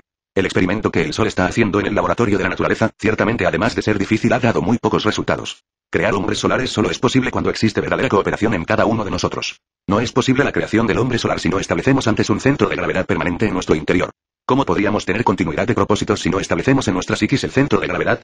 Cualquier raza creada por el Sol, ciertamente no tiene otro objetivo en la naturaleza, que el de servir a los intereses de esta creación y al experimento solar. Si el Sol fracasa en su experimento, pierde todo interés por una raza así y esta de hecho queda condenada a la destrucción y a la involución. Cada una de las razas que han existido sobre la faz de la Tierra ha servido para el experimento solar. De cada raza ha logrado el Sol algunos triunfos, cosechando pequeños grupos de hombres solares. Cuando una raza ha dado sus frutos, desaparece en forma progresiva o perece violentamente mediante grandes catástrofes. La creación de hombres solares es posible cuando uno lucha por independizarse de las fuerzas lunares. No hay duda de que todos estos yoes que llevamos en nuestra psiquis son de tipo exclusivamente lunar. En modo alguno sería imposible liberarnos de la fuerza lunar si no estableciéramos previamente en nosotros un centro de gravedad permanente. ¿Cómo podríamos disolver la totalidad del yo pluralizado si no tenemos continuidad de propósitos? ¿De qué manera podríamos tener continuidad de propósitos sin haber establecido previamente en nuestra psiquis un centro de gravedad permanente? Como quiera que la raza actual, en vez de independizarse de la influencia lunar, ha perdido todo interés por la inteligencia solar, incuestionablemente se ha condenado a sí misma hacia la involución y degeneración. No es posible que el hombre verdadero surja mediante la mecánica evolutiva. Bien sabemos que la evolución y su hermana gemela la involución son tan solo dos leyes que constituyen el eje mecánico de toda la naturaleza. Se evoluciona hasta cierto punto perfectamente definido y luego viene el proceso involutivo. A toda su vida le sucede una bajada y viceversa.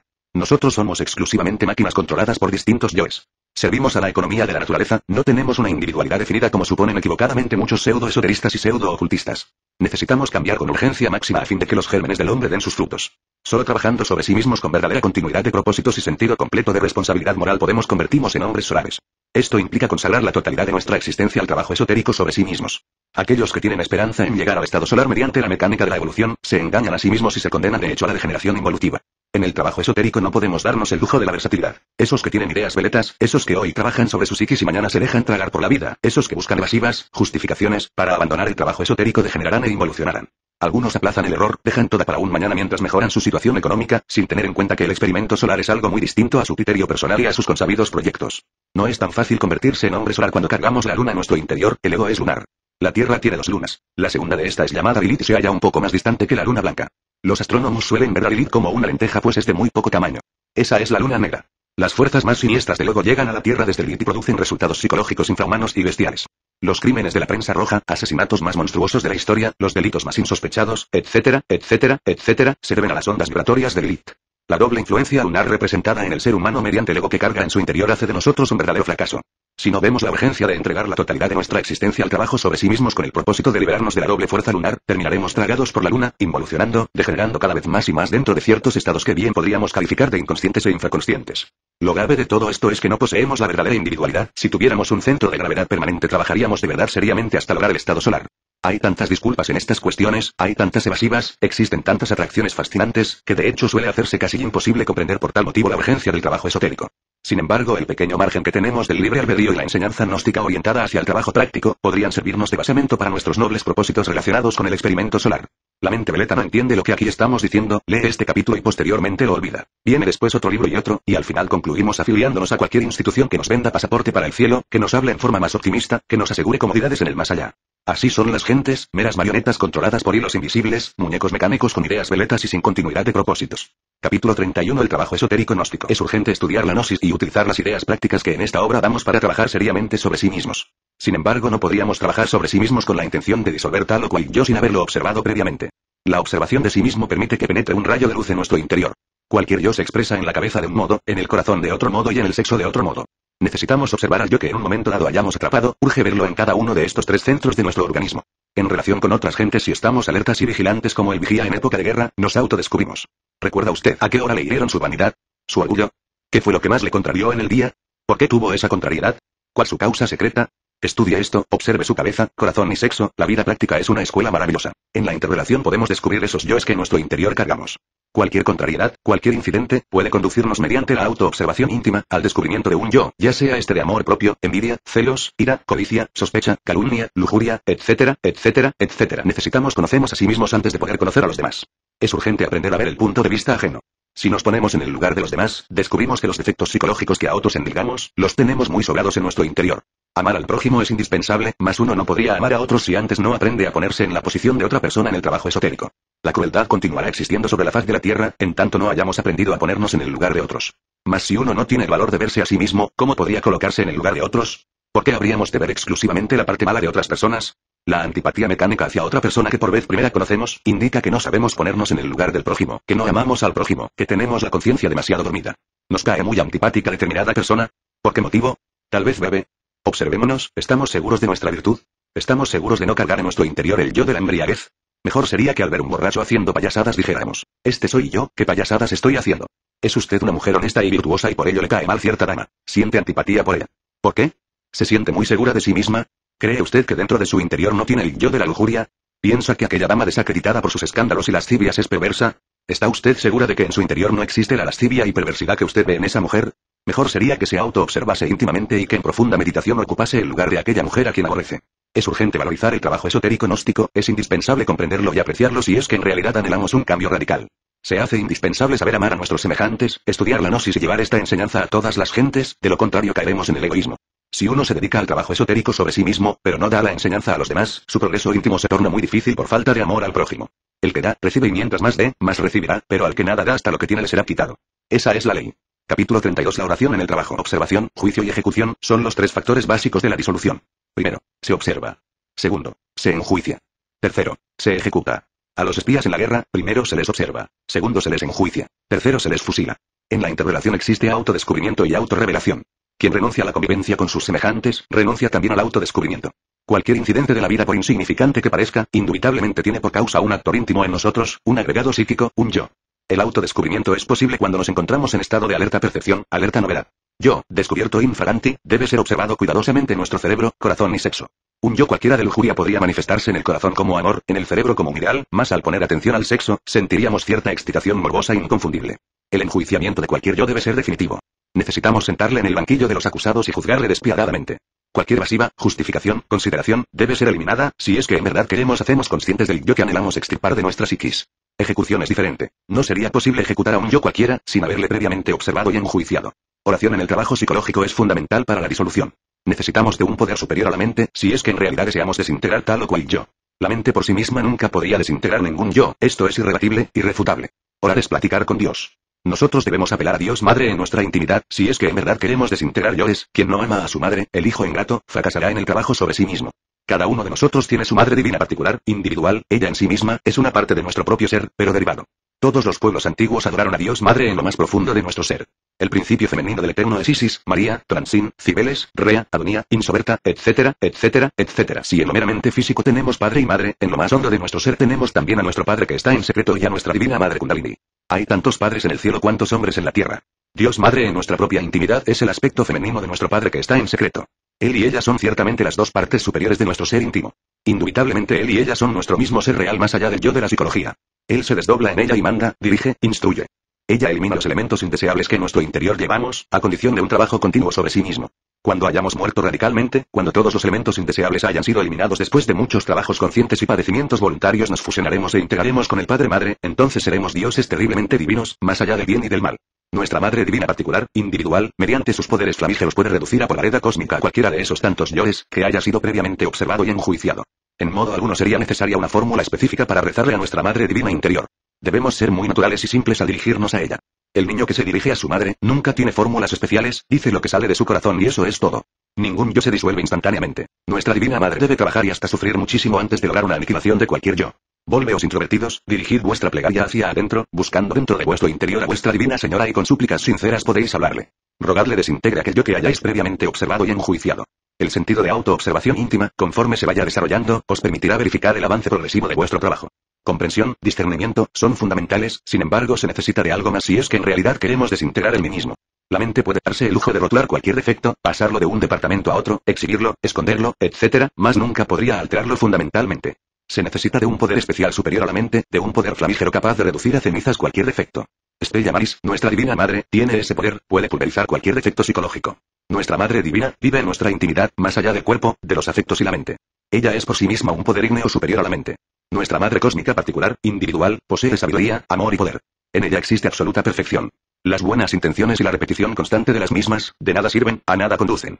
De nada serviría repetir. No seré lujurioso. Los yoes de la lascivia de todas maneras continuarán existiendo en el fondo mismo de nuestra psiquis. De nada serviría repetir diariamente. No tendré más ira. Los yoes de la ira continuarían existiendo en nuestros fondos psicológicos. De nada serviría decir diariamente. No seré más codicioso. Los yoes de la codicia continuarían existiendo en los diversos trasfondos de nuestra psiquis. De nada serviría apartarnos del mundo y encerrarnos en un convento o vivir en alguna caverna. Los yoes dentro de nosotros continuarían existiendo. Algunos anacoretas cavernarios a base de rigurosas disciplinas llegaron al éxtasis de los santos y fueron llevados a los cielos, donde vieron y oyeron cosas que a los seres humanos no les es dable comprender. Sin embargo, los yoes continuaron existiendo en su interior. Incuestionablemente la esencia puede escaparse del yo a base de rigurosas disciplinas y gozar del éxtasis, empero, después de la dicha, retorna al interior de mí mismo. Quienes se han acostumbrado al éxtasis, sin haber disuelto el ego, creen que ya alcanzaron la liberación, se autoengañan creyéndose maestros y hasta ingresan a la involución sumergida. Jamás nos pronunciaríamos contra el arrobamiento místico, contra el éxtasis y la felicidad del alma en ausencia del ego. Solo queremos poner énfasis en la necesidad de disolver yoes para lograr la liberación final. La esencia de cualquier anacoreta disciplinado, acostumbrado a escaparse del yo, repite tal hazaña después de la muerte del cuerpo físico, goza por un tiempo del éxtasis y luego vuelve como el genio de la lámpara de Aladino al interior de la botella, al ego, al mí mismo. Entonces no le queda más remedio que retornar a un nuevo cuerpo físico, con el propósito de repetir su vida sobre el tapete de la existencia. Muchos místicos que desencarnaron en las cavernas de los Himalayas, en el Asia Central, ahora son personas vulgares, comunes y corrientes en este mundo, a pesar de que sus seguidores todavía les adoran y veneren. Cualquier intento de liberación, por grandioso que éste sea, si no tiene en cuenta la necesidad de disolver el ego, está condenado al fracaso. Samael aún peor.